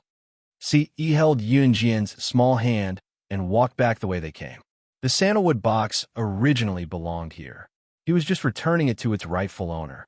As for where this place was, it was no longer within their scope of consideration. Yunjian followed Ce's tall figure as they walked back step by step. She glanced at him from time to time, feeling warm in her heart. However, no one knew that their conflict with the Yulon continent was far from over. Of course, this was a story for later. Somewhere in the Yulon mainland, a 10-meter-tall crystal ball stood in the middle of a large hall. Crack! Suddenly, there was a loud noise, and a huge crack appeared on the tall crystal ball. In the next second, the entire crystal ball miraculously collapsed. "I'm back." The sorcerer god had reappeared. The sorcerer tribe has been waiting for thousands of years. "Sorcerer god, you're finally back." In the center of the hall, a young girl around 16 or 17 years old shouted excitedly. She was dressed in black clothes. She had waited for thousands of years in the sorcerer tribe. It had been thousands of years since the sorcerer god had fallen. When the sorcerer god had fallen, she had promised that she would return in 1,000 years. The breaking of the crystal ball signified the return of the sorcerer god. Yunjian and Si had easily exited the cave's mechanism and returned to where Professor Su, Bo Zhan, and the rest were. As soon as they saw Yunjian and the other three coming out of the cave, everyone crowded around them. Everyone wanted to know what secrets were hidden behind the stone door. "Miss Yun, did you find anything inside?" Professor Su was the first to rush up and ask. Even the way he addressed her had changed from a little girl to Miss Yun. "You guys can go take a look for yourselves." Yunjian's lips curved into a half-smile. Her answer elicited more dissatisfaction from the group. Everyone knew that they did not have the ability to break through the cave, so they came to ask her. Jiang Jiaoxue had been tolerating Yunjian for a long time. Seeing this, she could not help but be the first to shout. "It's because we can't pass through the cave that we're asking you. How can you be like this?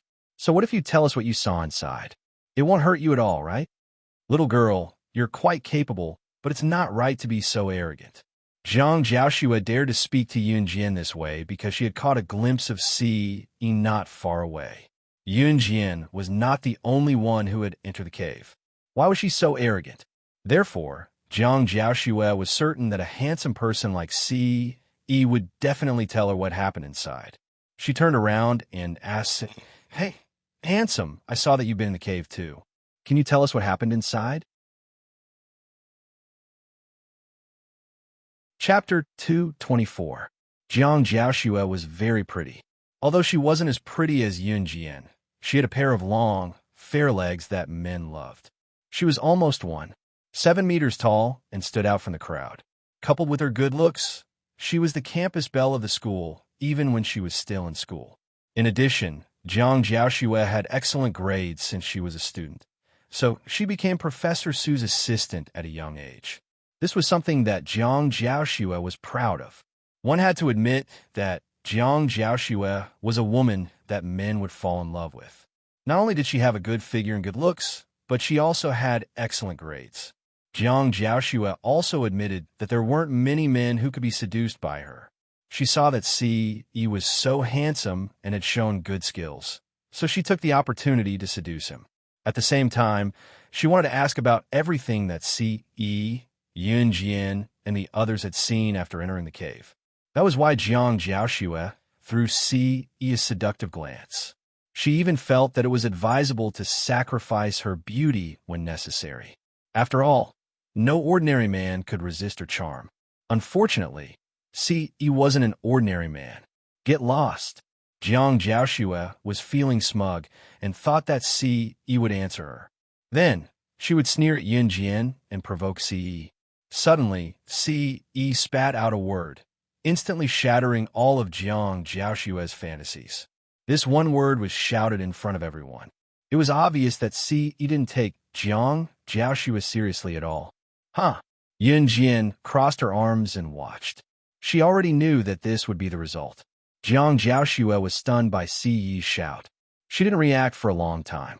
Unfortunately, Jiang Jiaoxue wasn't an ordinary woman. Her skin was so thick that even bullets couldn't pierce it. When she came back to her senses, she moved closer to Si again. This time, she even wanted to move her body towards Si. "Handsome, don't be so fierce. We're all on the same side. If you're so fierce, I'll be scared." As she spoke, Jiang Jiaoxue wanted to take a big step forward and press her whole body against Si. She felt that Si had just shouted at her in front of so many people, making her lose face. She didn't believe that there was a man who couldn't be subdued by a woman. Despite Jiang Jiaoxue's appearance, she was a famous social butterfly in the upper class. What kind of man would not be obedient in her hands? In spite of it, before Jiang Jiaoxue could take 2 steps closer to Si, she was shocked by Adam, who stood beside him. Jiang Jiaoxue wasn't the only one who was shocked. Everyone present was shocked as well. Adam took out a desert eagle from his waist and pointed it at Jiang Jiaoxue, who was about to step forward. He threatened, "If you dare to take another step closer to our young master, I'll blow your head off." Then, Adam fired a shot at Jiang Jiaoshua's position. The gun whizzed towards Jiang Jiaoshua. Amidst Jiang Jiaoshua's threatening screams, the gun flew past her side and finally hit the mud wall. He really did shoot. Jiang Jiaoshua was so scared that her face turned pale. If even CE's subordinates dared to do this, she was sure that if she were to do something again in the next second, the bullet would go through her head instead. Thinking of this, she couldn't help but tremble. CE held Yun Jian's hand again under everyone's gaze. He didn't say a word and walked out without looking back. Chapter 225. Seeing that Yun Jian, CE, and the rest had left the stone door, some of the people who had been waiting for a long time felt that it was impossible. There might really be no treasure behind the stone door. If there was really a treasure or the secret of the sandalwood box, then how could Yun Jian and CE come out of the stone cave so quickly? Hence, a portion of the people left with Yun Jian and CE. As the saying goes, 1 spreads to 10, and 10 spreads to 100. In the end, there were only a few people left waiting for the stone door to open. In fact, they could be counted with one hand. If they knew that there was another world behind the stone door and that the sandalwood box was there, they would have raced their brains to get in. It was a pity that they did not know about these things. Moreover, when Yun Jian and the rest walked out, it was as if there was really nothing behind the stone door.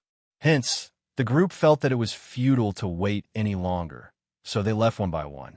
When they reached the stairs, it was the first trap they encountered when they went down the dry well. Since the mechanical puppet would automatically shut down once it walked in, and the activation mechanism was outside, the group of people were at a loss as to what to do. "How are we going to get out?" a young man who had lived here for a long time asked. "Yun Jian, did you see any traps?" Bojan saw the situation and moved to stand beside Yun Jian. "No," Yun Jian replied faintly. Then she added, "But I have a way to get out." Once they heard that Yun Jian had a way out, the group gathered around her. Yun Jian was now different in their hearts. She was someone who had the ability to break through the stone cave full of arrows. Even though Yun Jian looked very young, what she had done earlier was enough to convince everyone. "What is it?" Bojan asked immediately, his eyes filled with anticipation. From the beginning, Yun Jian's performance was different from the rest. Bojan was an expert grave robber himself, but he had never seen someone like Yun Jian who could see through the traps with just one look. Hence, he placed his hopes on Yun Jian. "It's simple."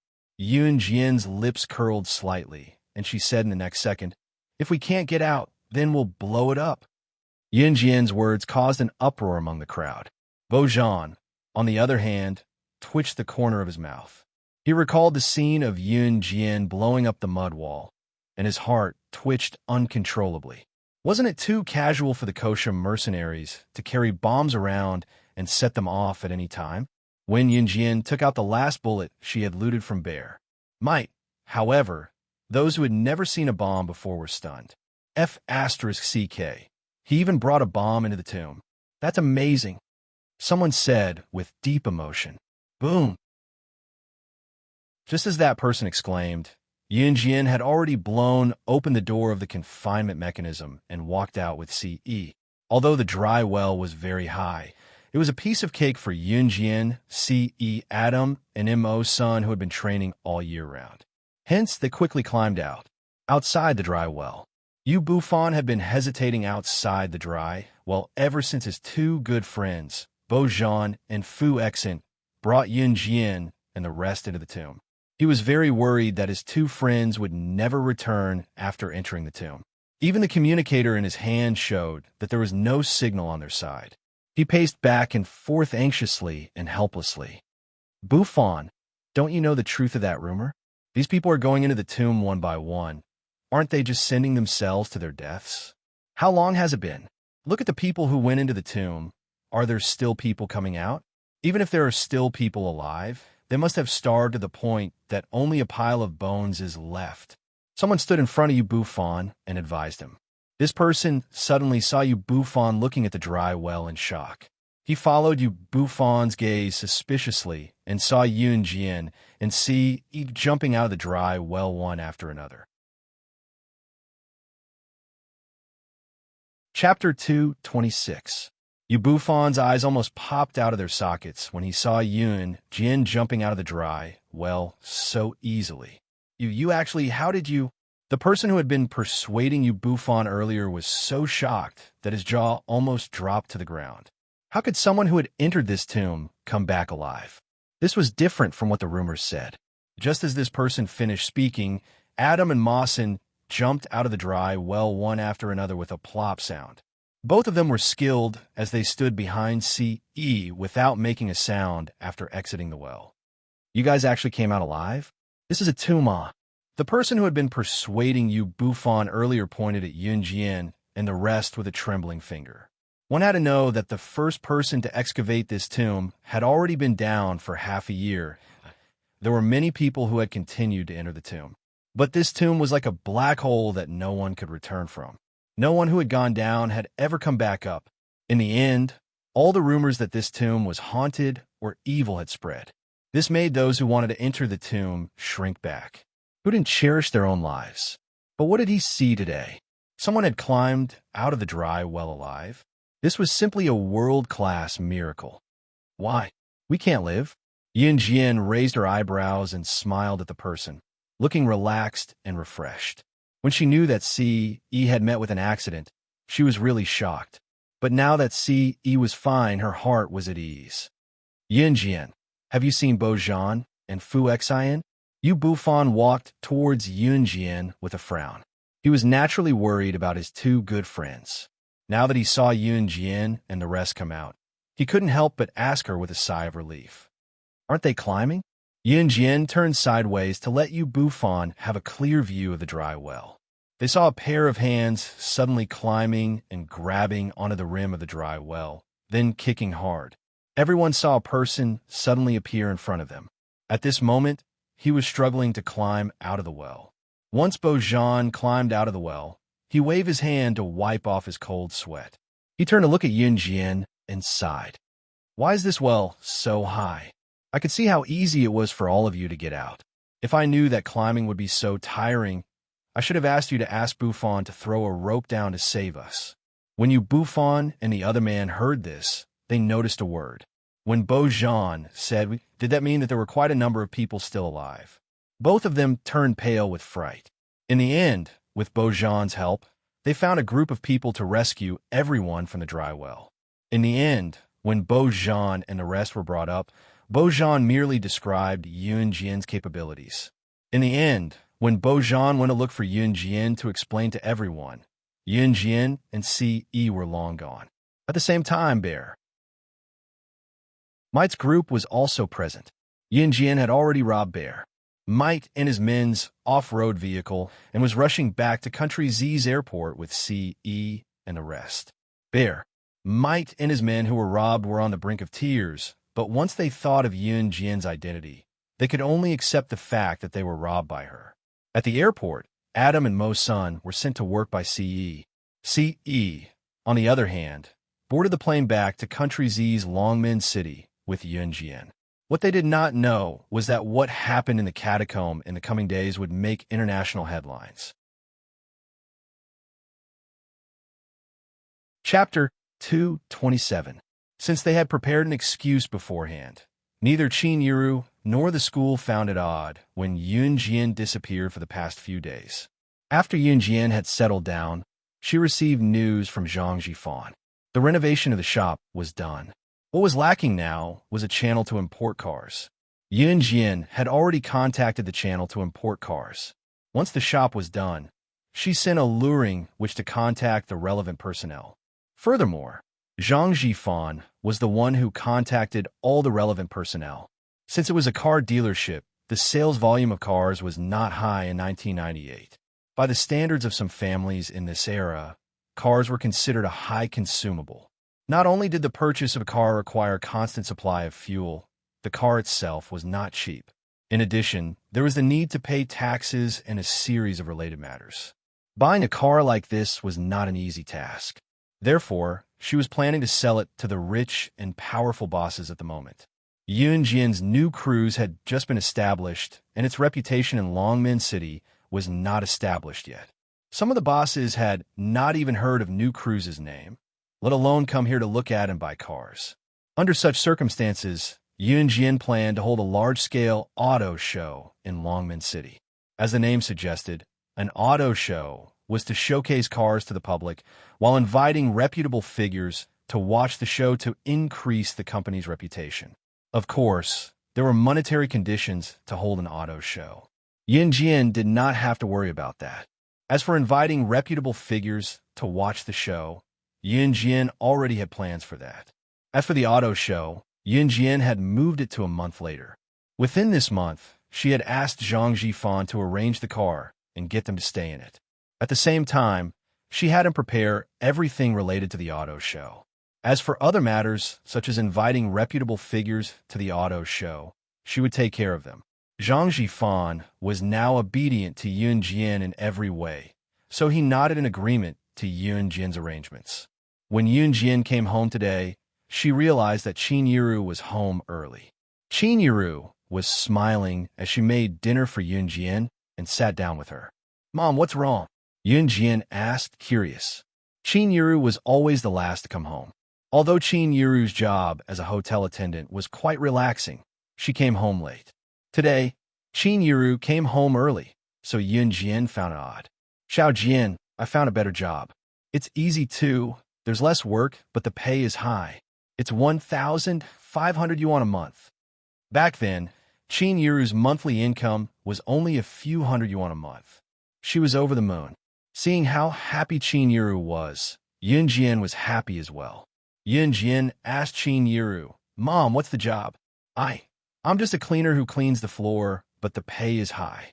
It's not tiring. I just have to clean the entire place in the morning, afternoon, and night." Qin Yiru answered cheerfully. She then continued, "The place I'm working at is the newly established New Cruise in our city. It's a company that sells cars. The boss is doing really well with his business. I heard that he spent more than 10 million yuan to buy this shop." Chapter 228. When she heard from Qin Yiru that her mother was working at New Cruise, Yunjian's eyelids twitched. Her mother's workplace had become her own company? Yunjian was taken aback by this as well. It was a good thing, though. At least Qin Yiru was working at her company. It would be convenient for her to give Qin Yiru subsidies in the future. It was legitimate. At the same time, Yunjian was thinking if she should tell Zhang Jifan the next time she saw him to give the cleaning lady a raise. "Xiao Jian, are you listening to me?" Qin Yiru waved her hand a few times in front of Yunjian when she saw that Yunjian was distracted. "I'm listening, Mom." Yunjian answered with a smile at Qin Yiru with squinted eyes.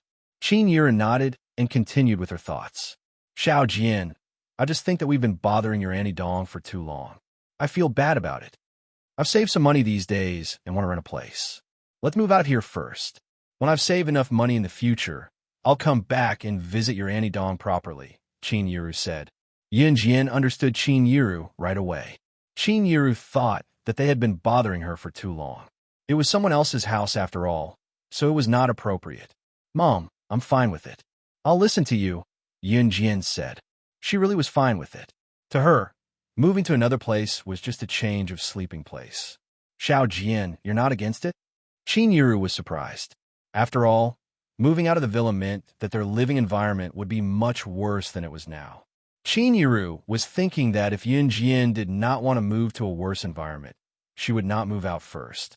After some time, when he had enough money on hand, he would rent a decent place to rent before moving out. I'll leave it to you," Yunjian said with a nod. "Okay, then tomorrow morning when your Auntie Dong is here, let's talk to her about it," Qin Yiru said. Qin Yiru was really grateful to Dong Ruan. When she was at her lowest, it was her old friend who took her family in. However, now that she had money on hand, she felt that she had disturbed him for too long and should move out. That was all. After all, everyone had a family. Although they were childhood best friends, they were now married. Although Dong Ruan's husband had passed away, She felt that it was inappropriate for her to disturb them for too long. The next day, Dong Ruan rested at home. When Qin Yuru mentioned this to Dong Ruan refused at first. But later, for some reason, he was convinced. At the same time, Dong Ruan also took a few days off to find the most comfortable rental apartment for Qin Yuru. Qin Yuru wanted to look for it herself, but she could not resist her best friend's enthusiasm in the end. Soon, a rental apartment was found. Early in the morning, Qin Yuru brought Yun Jian to move out with bags of various sizes. Yun Jian did not have a lot of things. She only had a backpack and there were not many things in it. Xiao Jian, is everything ready? Qin Yuru asked Yun Jian with bags of various sizes. Dong Ruan had also taken a day off to help Qin Yuru move things. She looked at Yun Jian as well. Everything's ready. Yun Jian answered with a nod. Let's go then, Qin Yuru said and pushed the bags out the door. Screech. There was the sound of a car braking and the door was opened. Si had just returned from the door when he saw Yun Jian and Qin Yuru walking out with bags of various sizes. He asked with a frown, "What are you guys doing?" "Yeah, he's back. Auntie, I've been bothering you all these days. I'm moving out today. Come, Xiao Jian, say goodbye to Ai," Qin Yuru told Si. She had been addressing Si in an affectionate tone like an elder these days, and it was tacitly acknowledged. When Si heard Qin Yuru's explanation, his brows furrowed, and he was already in front of Yun Jian, his tall frame looming over her.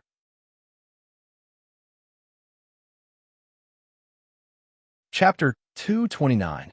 Both Qin Yuru and Dong Ruan were flabbergasted by Si Yi's inexplicable action.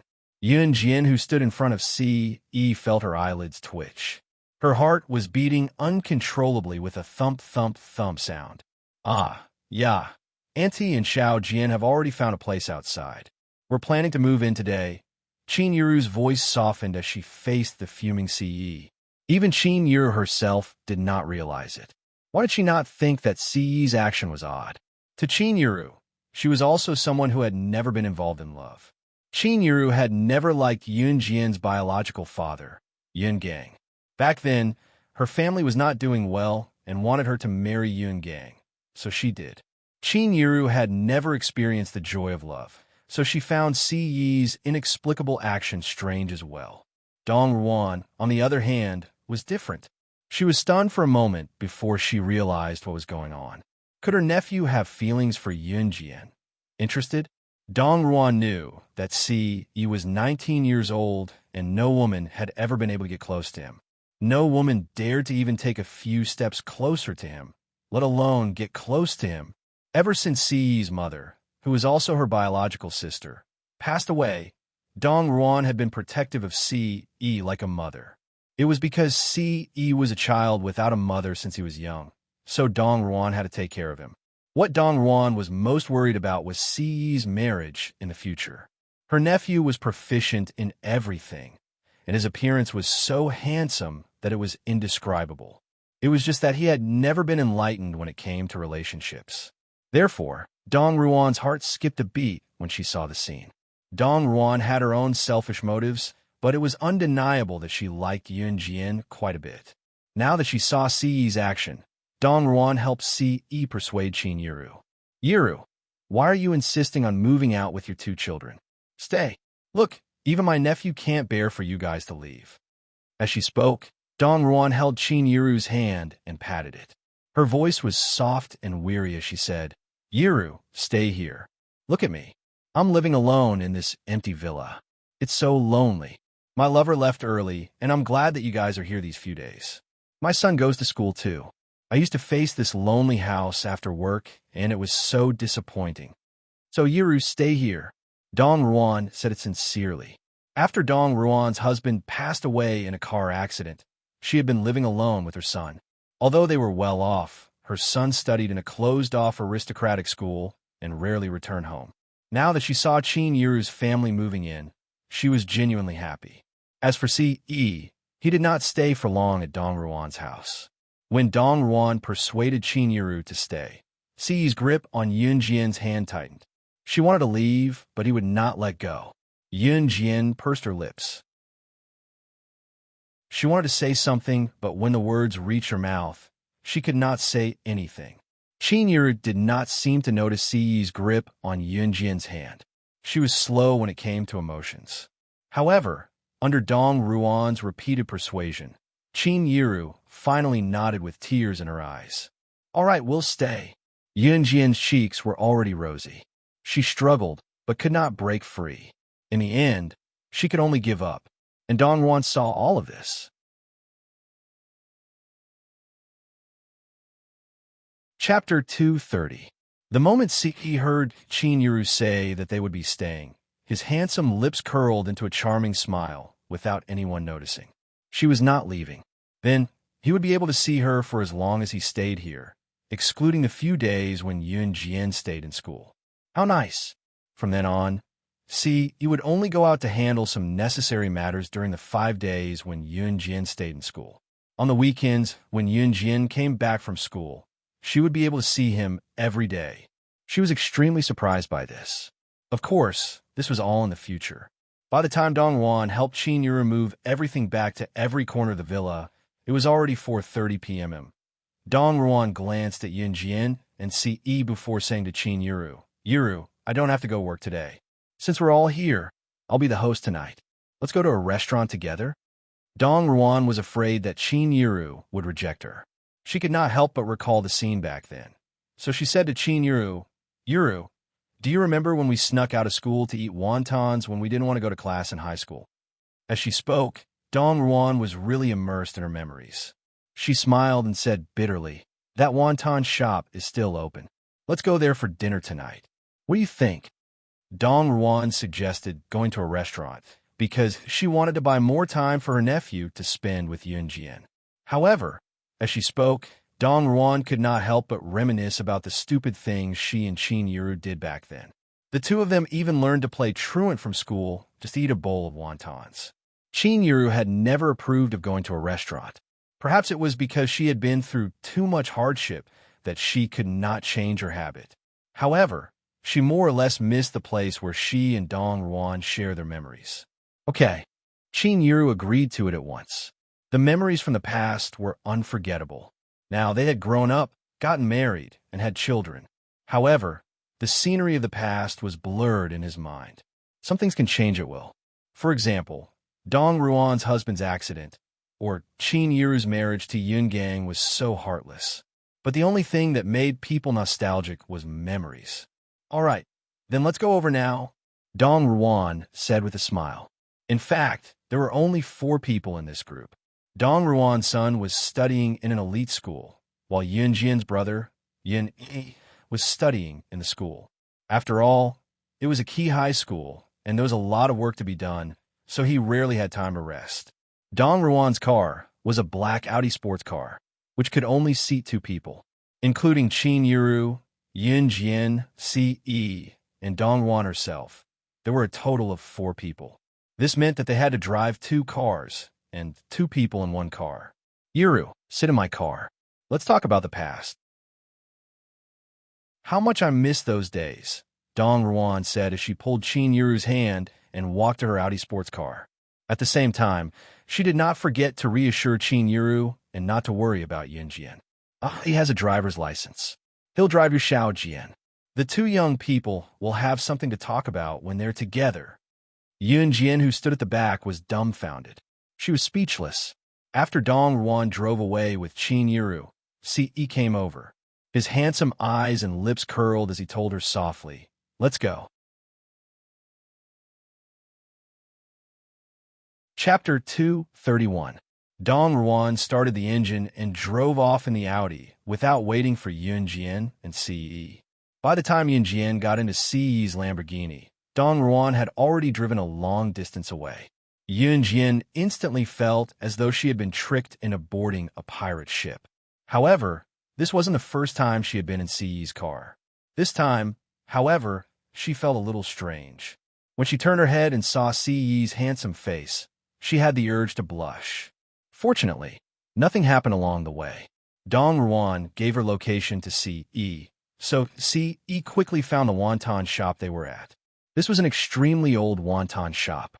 The decorations in the shop were from more than 10 or 20 years ago, which was already outdated for the current era. However, the shop's business had always been good, so the shop had been open until now and hadn't closed down. Many of the old shops in the surrounding area had already closed down or been sold, so this wonton shop was the only one that was still open. Above the door of the wonton shop, there were a few words written in block letters: Sue's Little Wonton. The owner of this wonton shop was an old lady in her 50s or 60s with the surname Sue. This shop was run by Old Lady Sue and her husband, but Old Lady Sue's husband had passed away a few years ago. When he stopped the car and walked into the shop with Yun Jian, Qin Yiru, and Dong Ruan were catching up with Old Lady Sue. In fact, Old Lady Sue knew Qin Yiru and Dong Ruan. When they were young, they loved to come to Old Lady Sue's wonton shop the most. At that time, Old Lady Sue was only Qin Yiru and Dong Ruan's age. Back then, Dong Ruan and Qin Yiru had played truant from school and realized that they had only brought enough money for a bowl of wonton. Later, Old Lady Sue asked her husband to make an extra bowl of wonton for them as a free gift. Dong Ruan and Qin Yiru had always remembered this incident and would never forget it. When they were seated, Dong Ruan deliberately pulled Qin Yiru to sit with her, forcing Yun Jian to sit with Ce. Yun Jian pursed her lips. Ce understood what his aunt meant, and a rare smile appeared on his handsome face. Here, 4 bowls of wonton. They're fresh out of the pot, and the stuffing is all made this morning. Come and have a taste. Let's see if it tastes the same as it did 10 years ago. Old Madam Sue appeared to be full of vigor. She placed bowls of wonton in front of the 4 people. Yun Jian picked up a spoon and blew on the wonton gently before swallowing it down with some soup. The smell was very fragrant and delicious.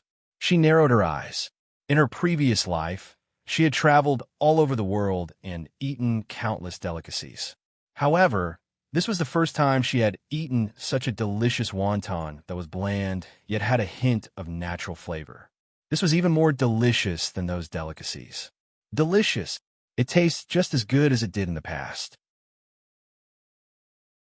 Qin Yiru and Dong Ruan couldn't help but exclaim in admiration as they tasted the wonton delicately. Eat more if it's delicious. Old Madam Sue covered her mouth and laughed. She had always held on to this wonton shop. After her husband's death, it became her only tie. This place was the place where she and her husband reminisced. As Old Madam Sue reminisced with Qin Yiru and Dong Ruan, she couldn't help but steal a few glances at Yun Jian and Ce. In the end, Old Madam Sue sighed and said, "These 2 children are so handsome. I think they look like husband and wife. These 2 children have a bright future ahead of them." This empty praise made Yun Jian choke on her wonton. She coughed a few times. "Are you okay?" Ce threw away the spoon in his hand and gently patted Yun Jian's back.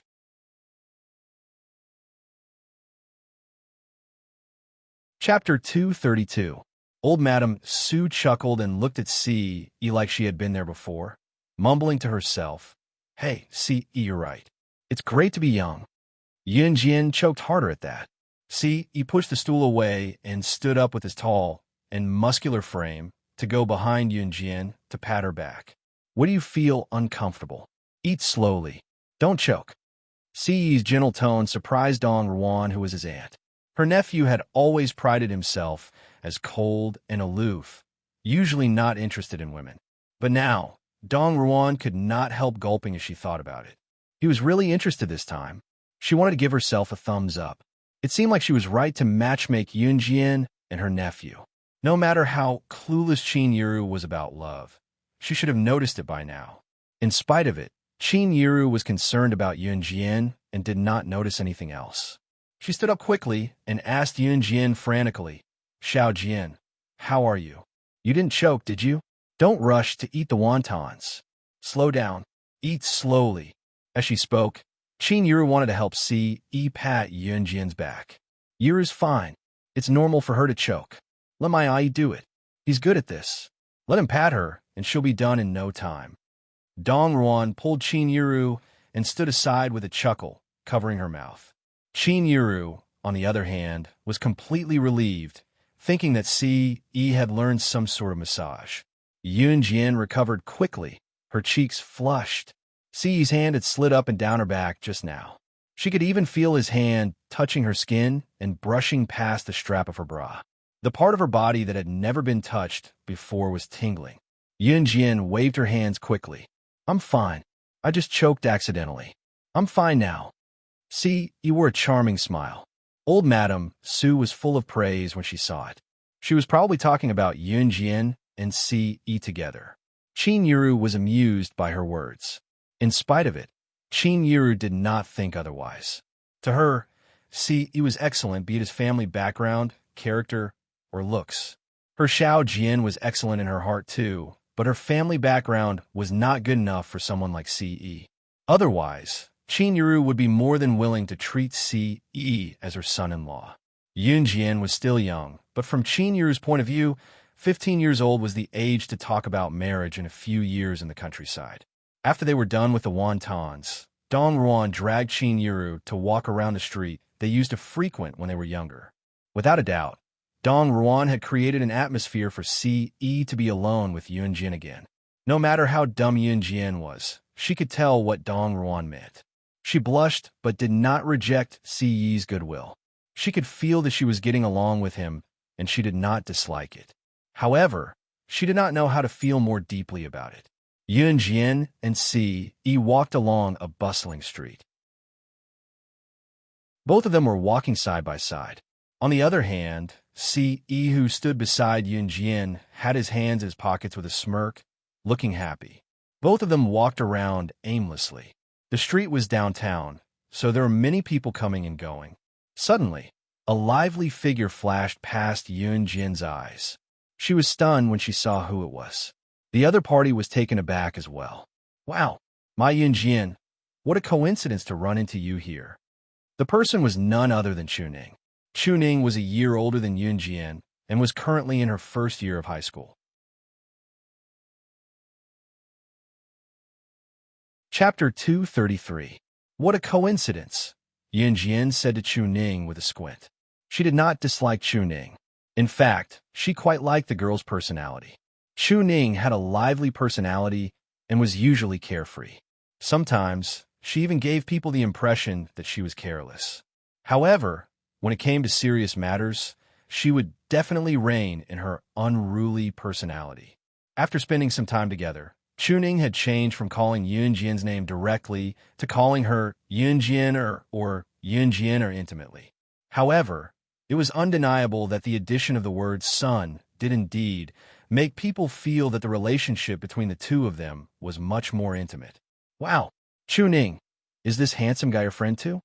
While Jin and Chuning were greeting each other, a girl who came with Chuning led the group of people closer to them. The girl stared at Ce in a daze, looking like she was smitten. No, he's from Jin's family. Chuning glared at the girl, seemingly unfriendly toward her. The girl was actually Chuning's buddy's girlfriend, Xiao Gizi.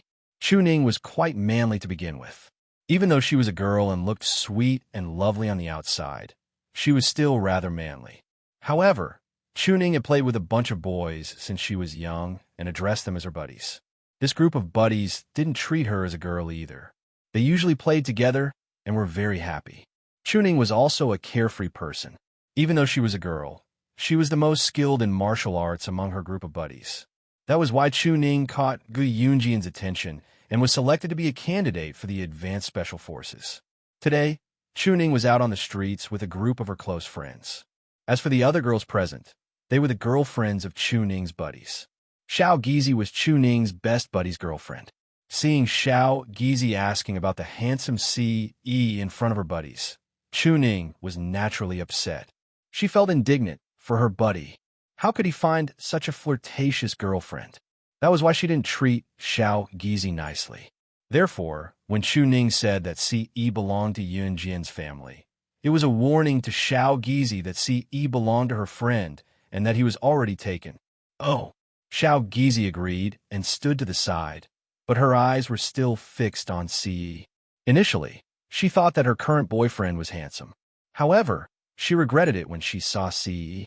It turned out that a truly handsome man was not like her current boyfriend. Xiao Gizi's boyfriend, who was also Chu Ning's best friend, was called Meng Xiao. Meng Xiao didn't notice that his girlfriend, Xiao Gizi, was acting differently at this time. On the contrary, Meng Xiao was an enthusiastic person. He invited Yun Jian and Si Yi enthusiastically. Since everyone knows each other, why don't we walk together? We're on the same side anyway.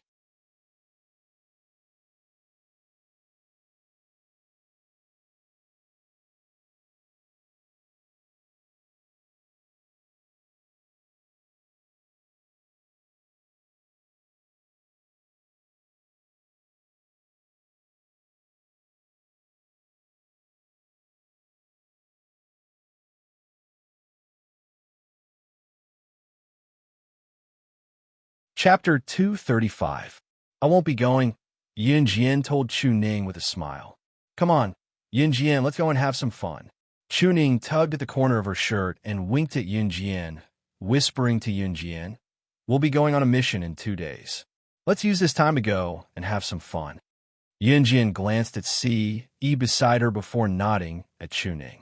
She did not want to continue shopping, but once she thought of walking alone with Si Yi after parting ways with Chu Ning and the rest, her heart skipped a beat. At the same time, she felt bitter. Hence, she agreed to go with Chu Ning and the rest. As for Si Yi, he had no objections. His twinkling eyes were trained on Yun Jian, his handsome face drawing attention. It was undeniable that there were plenty of eyes on Si Yi along the way. Let's go then. Chu Ning held Yun Jian's hand like they were close friends and strutted ahead. Mountain Winding Road was situated on a mountain not far away. As the name suggested, the mountain was called Mountain Winding and the road was called Mountain Winding Road for short. At the same time, this road was built halfway up Pan Mountain. Some of Longmen City's rich kids, noble families, and big bosses like to play exciting games, like racing, motorcycle racing, and so on. Usually, these exciting games were played on this road in Pan Shan. Hence, there was another name for the road, Life and Death Road. Yun Jian and the rest walked there. The night breeze was chilly. Si Yi stood beside Yun Jian to block the wind for her. It wasn't a long walk from the shopping area to the winding mountain road. By the time Yun Jian and the rest arrived at Mountain Winding Road, some of the spectators were already cheering noisily. Look over there. The righteous guy who suggested for them to watch the motorcycle race shouted excitedly. His name was Situ Dun.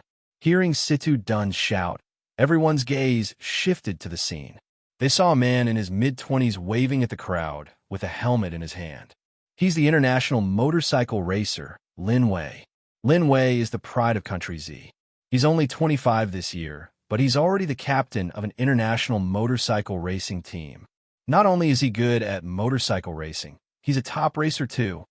Situ Dun pointed at the man who was the center of attention and introduced him to Yun Jian and the rest excitedly. Situ Dun's words were tinged with pride as he spoke. The way he boasted made it seem as if Lin Wei was himself. It sounds amazing. A girl couldn't help but look over there with admiration when she heard it. When Situ Dun heard this, he immediately felt proud of himself. The reason he suggested for everyone to come here was to show off that he was knowledgeable. A guy like Situ Dun did not have any other specialties. His only hobby was to study these things. At this moment, Situ Dun raised his head like a little swan. Especially in front of Si Yi, he wanted to show that he was more outstanding. In fact, Situ Dun had always disliked Si Yi ever since he came out. He was not like Meng Xiao, that fool who would really welcome Si Yi. Si Yi was more outstanding than all of them combined. When he came, all the girls' attention was on him. Situ Dun could not wait to show his best side. He wanted to be better than Si Yi. Situ Dun did not notice that Yun Jian was squinting her eyes at Lin Wei, who was the center of attention. She was wondering why Lin Wei looked so familiar. Wasn't Lin Wei ranked 4th on the assassin ranking? Lin Wei was also an assassin from the Han organization.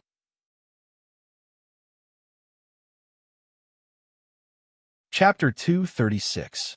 She turned her head and saw Si Yi pursing his lips slightly.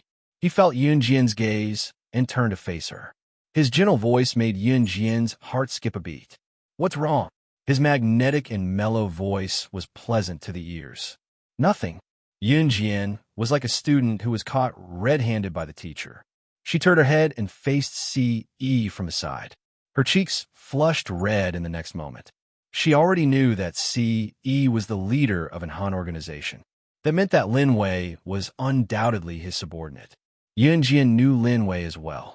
The reason why she could recognize Lin Wei at first glance was that when she was slaying God in her past life, Lin Wei was her superior who trained her in an Han organization. Lin Wei was decisive and ruthless when it came to killing. In her previous life, it was under Lin Wei's training that she developed her abilities. Perhaps others did not know that Lin Wei was just an ordinary person on the surface. He was an international motorcycle racer. However, he was secretly the fourth assassin on the international assassin chart. Perhaps others did not know, but Yun Jian knew very well. There were 4 leaders in an Han organization. The 4 of them were Xue Ying, Adam, an Mo senator, and the last person of the 4 was Lin Wei. Lin Wei was also one of the 4 leaders in an Han organization. At the same time, Lin Wei was the most mysterious of the 4 leaders. Even Yun Jian had to investigate for a long time before she found out that Lin Wei was one of the 4 leaders in an Han organization. Yun Jian could not deny that Lin Wei was only ranked 4th on the assassin chart. She was personally trained by Lin Wei. Although she had surpassed Lin Wei in her previous life, she knew Lin Wei's abilities well. This seemingly harmless man was actually ranked 2nd on the assassin chart. At this moment, she finally understood that Lin Wei was Ce's subordinate. It's starting, the motorcycle race is starting. Sidu Dun suddenly pointed at the set excitedly. He interrupted everyone's thoughts and made everyone look at the set. Yun Jian also looked over, only to see that the burly and strong Lin Wei had already put on his helmet and sat on his motorcycle with one foot on the ground. With the referee's gunshot, the motorcycle rushed out like an arrow. The atmosphere of the scene reached its climax. Sidu Dun followed the crowd and shouted, "Lin Wei, come on. Lin Wei will win." His voice was so loud as if he was afraid that others wouldn't know that he was Lin Wei's fan. The result was naturally indisputable, and Lin Wei won.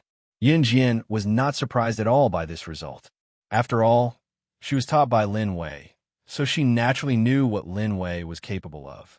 A long time after Lin Wei reached the finish line, the motorcyclist finally caught up and reached the finish line one after another. "Ah, my motorcycle is out of control. Help!" At this moment, a black motorcycle rushed out from the circular road and rushed into the boiling crowd.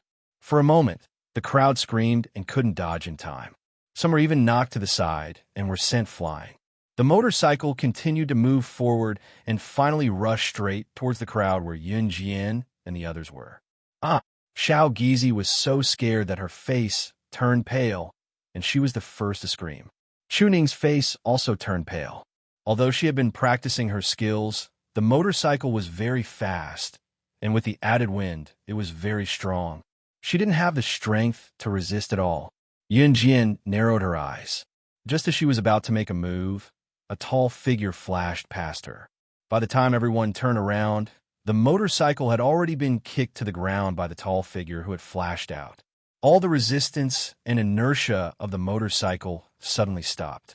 When the crowd came to their senses, they were extremely shocked. It was Ce. Yun Jian was taken aback as well. She knew that Ce was good, but she didn't expect him to be so fast.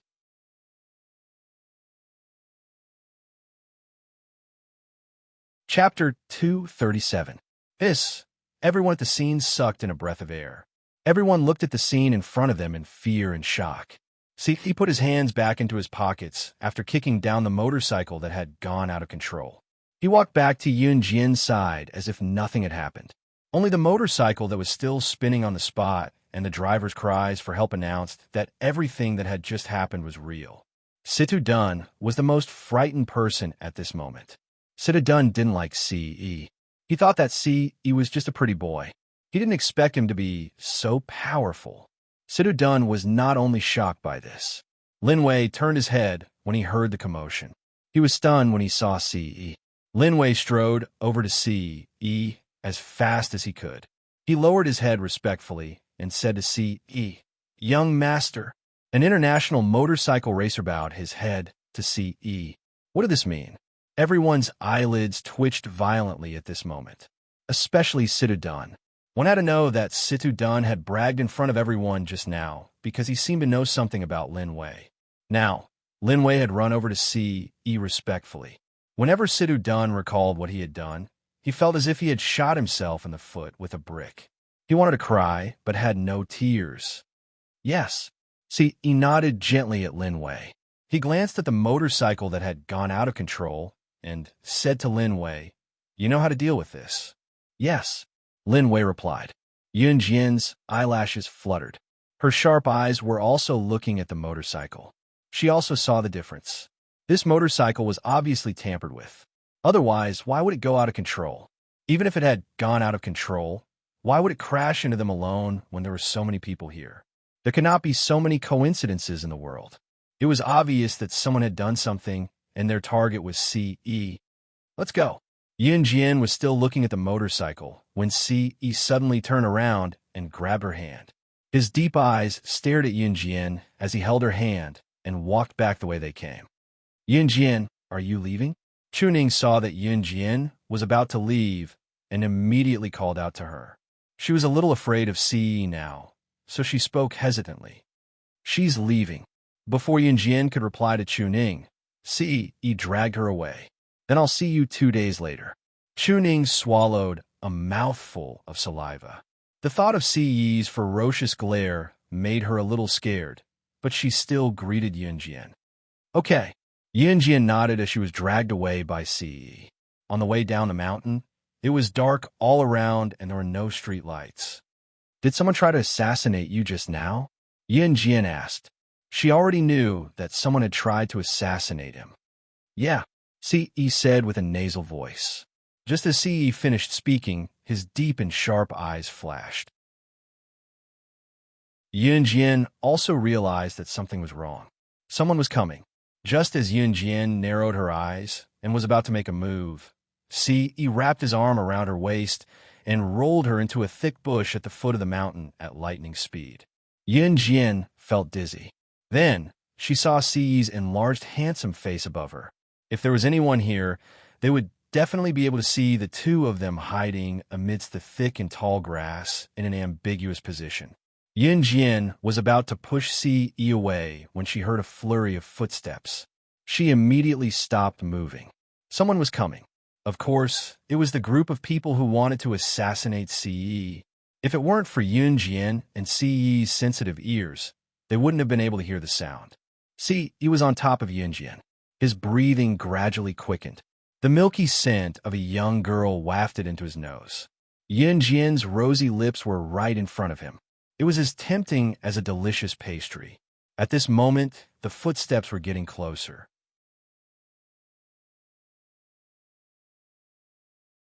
Chapter 238. Yun Jian's soft lips were kissed all of a sudden. Her eyes widened as she stared at C.E.'s enlarged face. Shock, surprise, horror. She had lived for 16 to 17 years in her previous life and this life, but she had never been so intimate with a man. Not to mention kissing. She had never even held a man's hand. She had never even held his hand. C.E. had actually kissed her. Furthermore, the group of people who wanted to assassinate C.E. were still nearby. Of course, it was because the group of people who wanted to assassinate C.E. was still nearby that Yun Jian didn't make a sound. Otherwise, she would have pushed C.E. away immediately. The price she had to pay for not making a sound was C.E.'s crazy kisses. C.E. had never kissed a woman before. This was his first time kissing a woman, and it was also the first time he had the urge to lock the young lady in front of him tightly under his body. The group of people who wanted to assassinate C.E. came closer and closer, but Yun Jian didn't move at all. C.E. controlled his strength. He kissed Yun Jian's lips gently, but didn't make a sound that the group of people could hear. Yun Jian's cheeks flushed red. She was holding back her breath from C.E.'s kiss. But that wasn't the worst part. Yun Jian suddenly felt a warmth in her chest. He even put his hand on her chest. He even pinched it, Yun Jian's beautiful eyes widened, and she reached out to push Si Yi away. Si was caught off guard and was pushed away by Yun Jian. At this moment, the group of people who wanted to assassinate Si Yi had already left. In her previous life, Yun Jian was a secret agent, so she had naturally learned how to seduce people. Some secret agents would even use their bodies to seduce men and only kill them at the last moment. Of course, Yun Jian had never tried this before. Ever since she had debuted, no one was her match. In other words, she was so powerful that she didn't need to resort to such despicable tricks. It was precisely because she had learned this that Yun Jian understood that those female agents used the moment when a man was at his lowest to kill him. It was obvious that Si Yi had really fallen for him, which was why he was pushed away by Yun Jian. Yun Jian wiped her red lips, stood up, and walked forward. Seeing that Yun Jian was angry, Si Yi quickly grabbed Yun Jian's wrist and explained, "I didn't do it on purpose." He really didn't do it on purpose. Cough. Touch her breasts. It was just that she was too alluring, and he couldn't control himself. Go away. Yun Jian glared at Si Yi and flung her hands a few times only to realize that she could not shake off his grip. Yun Jian's heart pounded even more violently. It was as if her heart would leap out of her body in the next second. She wanted to cover her heartbeat, but she could only feel it beating rapidly. I didn't do it on purpose. Si Yi repeated this sentence again. His beautiful eyes had a glimmer of light. He was supposed to be extremely arrogant, but he was willing to lower himself for her sake. His tone even sounded like he was begging for forgiveness. Yun Jian pursed her lips. She suddenly recalled the moment when his lips were on hers. Suddenly, she felt her cheeks burning up. I'm going back. Yun Jian didn't want to argue with him anymore. Okay. Si Yi revealed a handsome smile. Then, he looked at her with a gentle gaze. He held Yun Jian's hand and walked down the mountain. Yun Jian didn't resist. This was the first time she felt powerless. Her resistance was nothing in front of Si Yi. She was the #1 secret agent on the International Secret Agent ranking, the strongest boss of the Kosha mercenaries.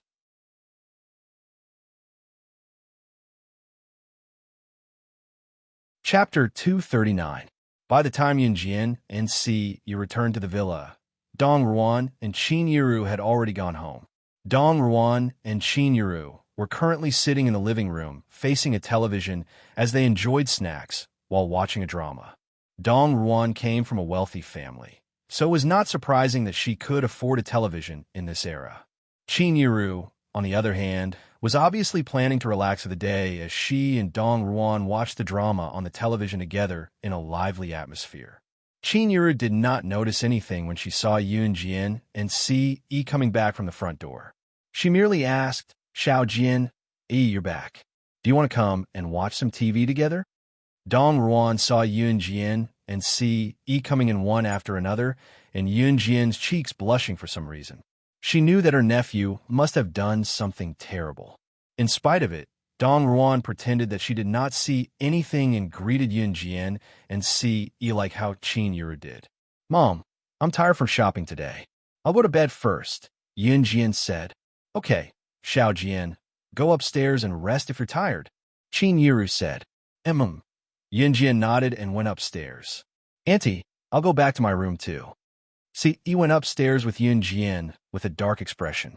The kids aren't feeling well, are they? Qin Yiru watched Si Yi go upstairs worriedly and wanted to stand up to ask about it. I already said that they are still children. We adults should mind our own business. Besides, they're all grown up. They should know better. Of course, they'll tell us if they're feeling unwell. Dong Ruan stopped Qin Yiru and said with a smile. Qin Yiru was relieved to hear that and calmed down to continue watching the television. Second floor. As soon as Yun Jian went upstairs, Si Yi followed closely behind. However, he didn't do anything to her.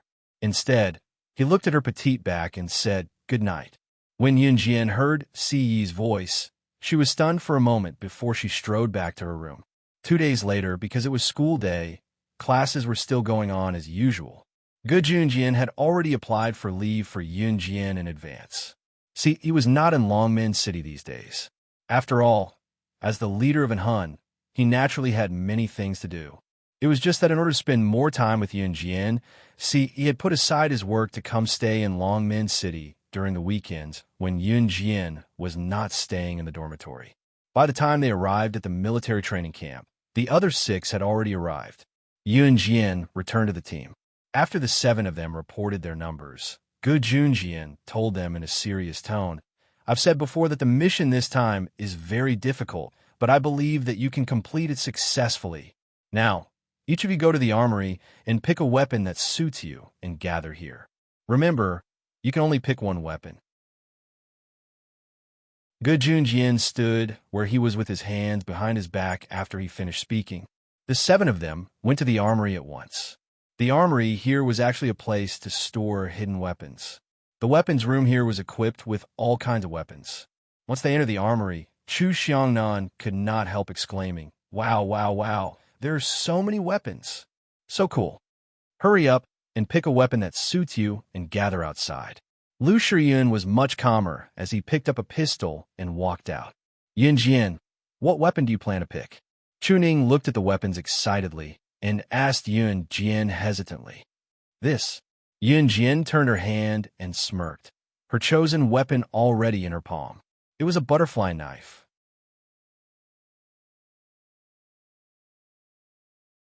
Chapter 240. She's indeed an ignorant fool. This kind of weapon can be bought anywhere. What's the use of it? Jiang Weiwei was very upset that Yun Jian had taken the first place in the cross-country race. She could not help but laugh when she saw that Yun Jian was only holding a butterfly knife. "What does it have to do with you what kind of weapon my Yun Jian is using? Jiang Weiwei, you should mind your own business." Chu Ning was the first to speak up for Yun Jian when she heard that. Jiang Weiwei's eyes turned fierce. She had looked down on them from the beginning, especially the newcomer Yun Jian. However, this newcomer whom she looked down on actually surpassed her in the cross-country race last time. But so what? She was good at running, but that did not mean that she was good at everything else. Moreover, Jiang Weiwei was born into a military family. She had been training since she was young. Perhaps she had lost to Yun Jian in running. However, that was not necessarily the case in other aspects. It was undeniable that Jiang Weiwei was a competitive person. Chu Ning and Jiang Weiwei looked at each other and did not say anything else. Both of them ignored each other. Yun Jian did not hold it against Jiang Weiwei either. Soon, the group of people chose their weapons and left the armory. Of course, other than Yun Jian, the rest of them chose firearms and other weapons. Most of them chose handguns. Gu Junjian stood outside and watched as the few of them returned to the team after choosing their weapons. He glanced at the weapons in their hands and paused when he saw the butterfly knife in Yun Jian's hand. Other than Yun Jian, the rest of them chose handguns or other weapons with high damage. Yun Jian was the only one who could wield a weapon like the butterfly knife that required one's ability to wield it. Reporting, "We have chosen our weapons." As the team leader, Lu Shiyun did a head count and reported to Gu Junjian. "Okay." Gu Junjian nodded. Then, he began to announce the mission Yun Jian and the rest were about to carry out. "Your mission location is in Country X's H province. There are 2 underworld forces in Country X, and they will soon conduct an arms trade. And your goal this time is to seize the arms. Remember, even if you can't take the firearms away, you have to make sure they don't complete the deal. As for the time and place where these 2 forces traded arms, we only have a rough idea. You'll have to go to Country X and investigate in detail. Later, I will send a car to send you to Country X's H province. Remember, during the mission, you can only use code names." At this point, Gu Yunjian's tone was absolutely solemn. Also, Country X is an economically backward country. In Country X, the security is not as good as in Country Z. Especially for the underground forces, murder and arson are common. So be careful. Under the tense and solemn atmosphere of Gu Junjian, everyone felt their hearts tighten. "Yes." The group of people responded. "Then get ready to set off immediately." Gu Junjian said. Country X was actually quite far from Country Z, but it was not separated by the sea. Therefore, as long as they passed the border, they could reach there by car. Gu Junjian sent someone to send them to Country X. The car drove for about a day and a night before they arrived. The person who sent Yun Jian and the rest overtook Yun Jian and the rest to H province and left. Lu Shiyun and the rest took some Country X currency that Gu Junjian gave them, and they quickly checked into a hotel. Country X's economic development was very backward, and this could be seen from the structure of the houses.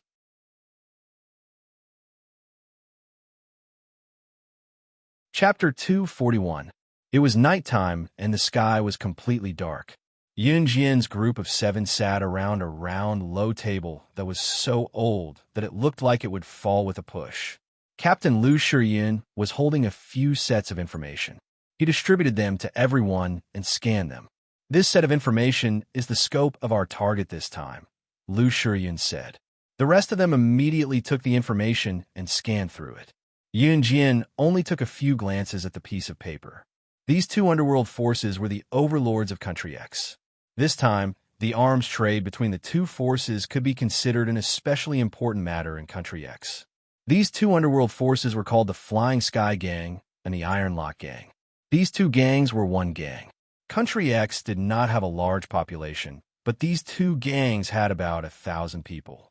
As for the time and location of the other arms deals, even Gu Junjian had no way of finding out. If they wanted to disrupt the arms deal between these 2 gangs, they had to know the time and location of the deal. If they wanted to know the time and location of the deal, Yun Jian's group of 7 had to investigate it themselves. Therefore, this mission was not suitable for the advanced special forces soldiers who often showed up. That was why Gu Junjian had said that they could not let the enemy suspect them at all during this period of time. If they wanted to understand this, they had to infiltrate the Flying Sky Gang and the Iron Lock Gang to investigate the situation. If they were caught and their identities were exposed, then the Flying Sky Gang and the Iron Lock Gang would be able to wantonly kill people in Country X. They would not be able to leave Country X alive. This was a matter of life and death, so it was not a small matter. Captain Lu Shiyun frowned and pondered for a long time before he suggested, since we don't know the exact time and location of the arms deal between the Flying Sky Gang and the Iron Lock Gang, we have to find out in the shortest time possible. Captain, I suggest we go to the Flying Sky Gang and the Iron Lock Gang tonight to find out more, Fang Xiaoran suggested. I think so too. Lu Shiyun nodded at Fang Xiaoran. Then he pondered. Then, who should we send? Naturally, Azura and I will go. Both of us are the fastest runners. Even if we're detected by the enemy, we can retreat in time. Jiang Weiwei glanced at Yun Jian. She had already started using code names to address each other. Not only was Jiang Weiwei displeased with Yun Jian, but she was also displeased with everyone else present other than herself. But it was one thing to be unhappy with someone. She would also play some tricks on the person she was unhappy with. If there was one thing about Jiang Weiwei that people did not dislike, it would probably be that when it came to a critical moment, no matter how unhappy she was with someone, she would put away her feelings and complete the mission together with them first before taking revenge for her personal grudge. Lu Shiyun was silent for a while before nodding. Okay. Then Lu Shiyun turned to look at Yun Jian. You don't have any objections, right? I have no objections. Yun Jian grinned, revealing 2 rows of white teeth, and agreed. Now, Yun Jian asked Lu Shiyun. That's right. You guys get ready. Lu Shiyun stood up. His handsome face revealed a trace of seriousness. I don't need to prepare. Yun Jian smiled. She walked to her backpack, unzipped it, and took out a black bandage. Then she deftly placed the only weapon she had, the butterfly knife, on her waist and tied it tightly with the black bandage.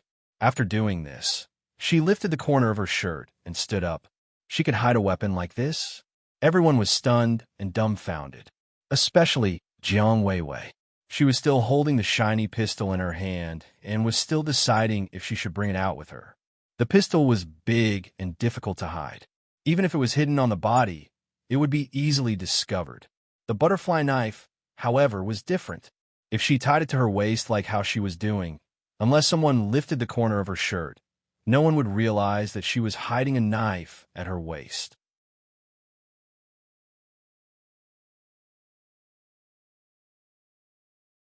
Chapter 242. Jiang Weiwei was the most embarrassed person in the group. She had previously mocked Yun Jian for choosing the butterfly knife as a weapon. But now that she thought about it, wasn't she the laughable one? Jiang Weiwei paused for a moment before tossing the pistol in her hand onto the table. Then, she took out a small Swiss Army knife from her backpack and stuffed it into her pocket. Pistols were very conspicuous. Naturally, they couldn't carry pistols, but they could carry knives.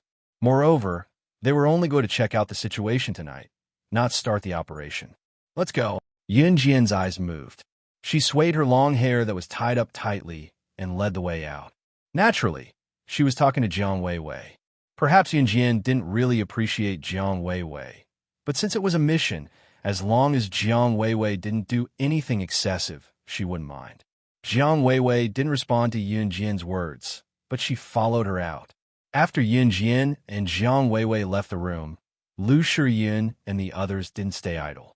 We'll split into groups and ask the residents about the Flying Sky Gang and the Iron Lock Gang. We'll gather back here in an hour, Lu Shiyun said to the other members. Thus, the group of people quickly dispersed. Some people in Country X's H province also spoke Mandarin. Only a small number of people were influenced by other languages. Therefore, there was no language barrier. Yun Jian's figure dashed through the night.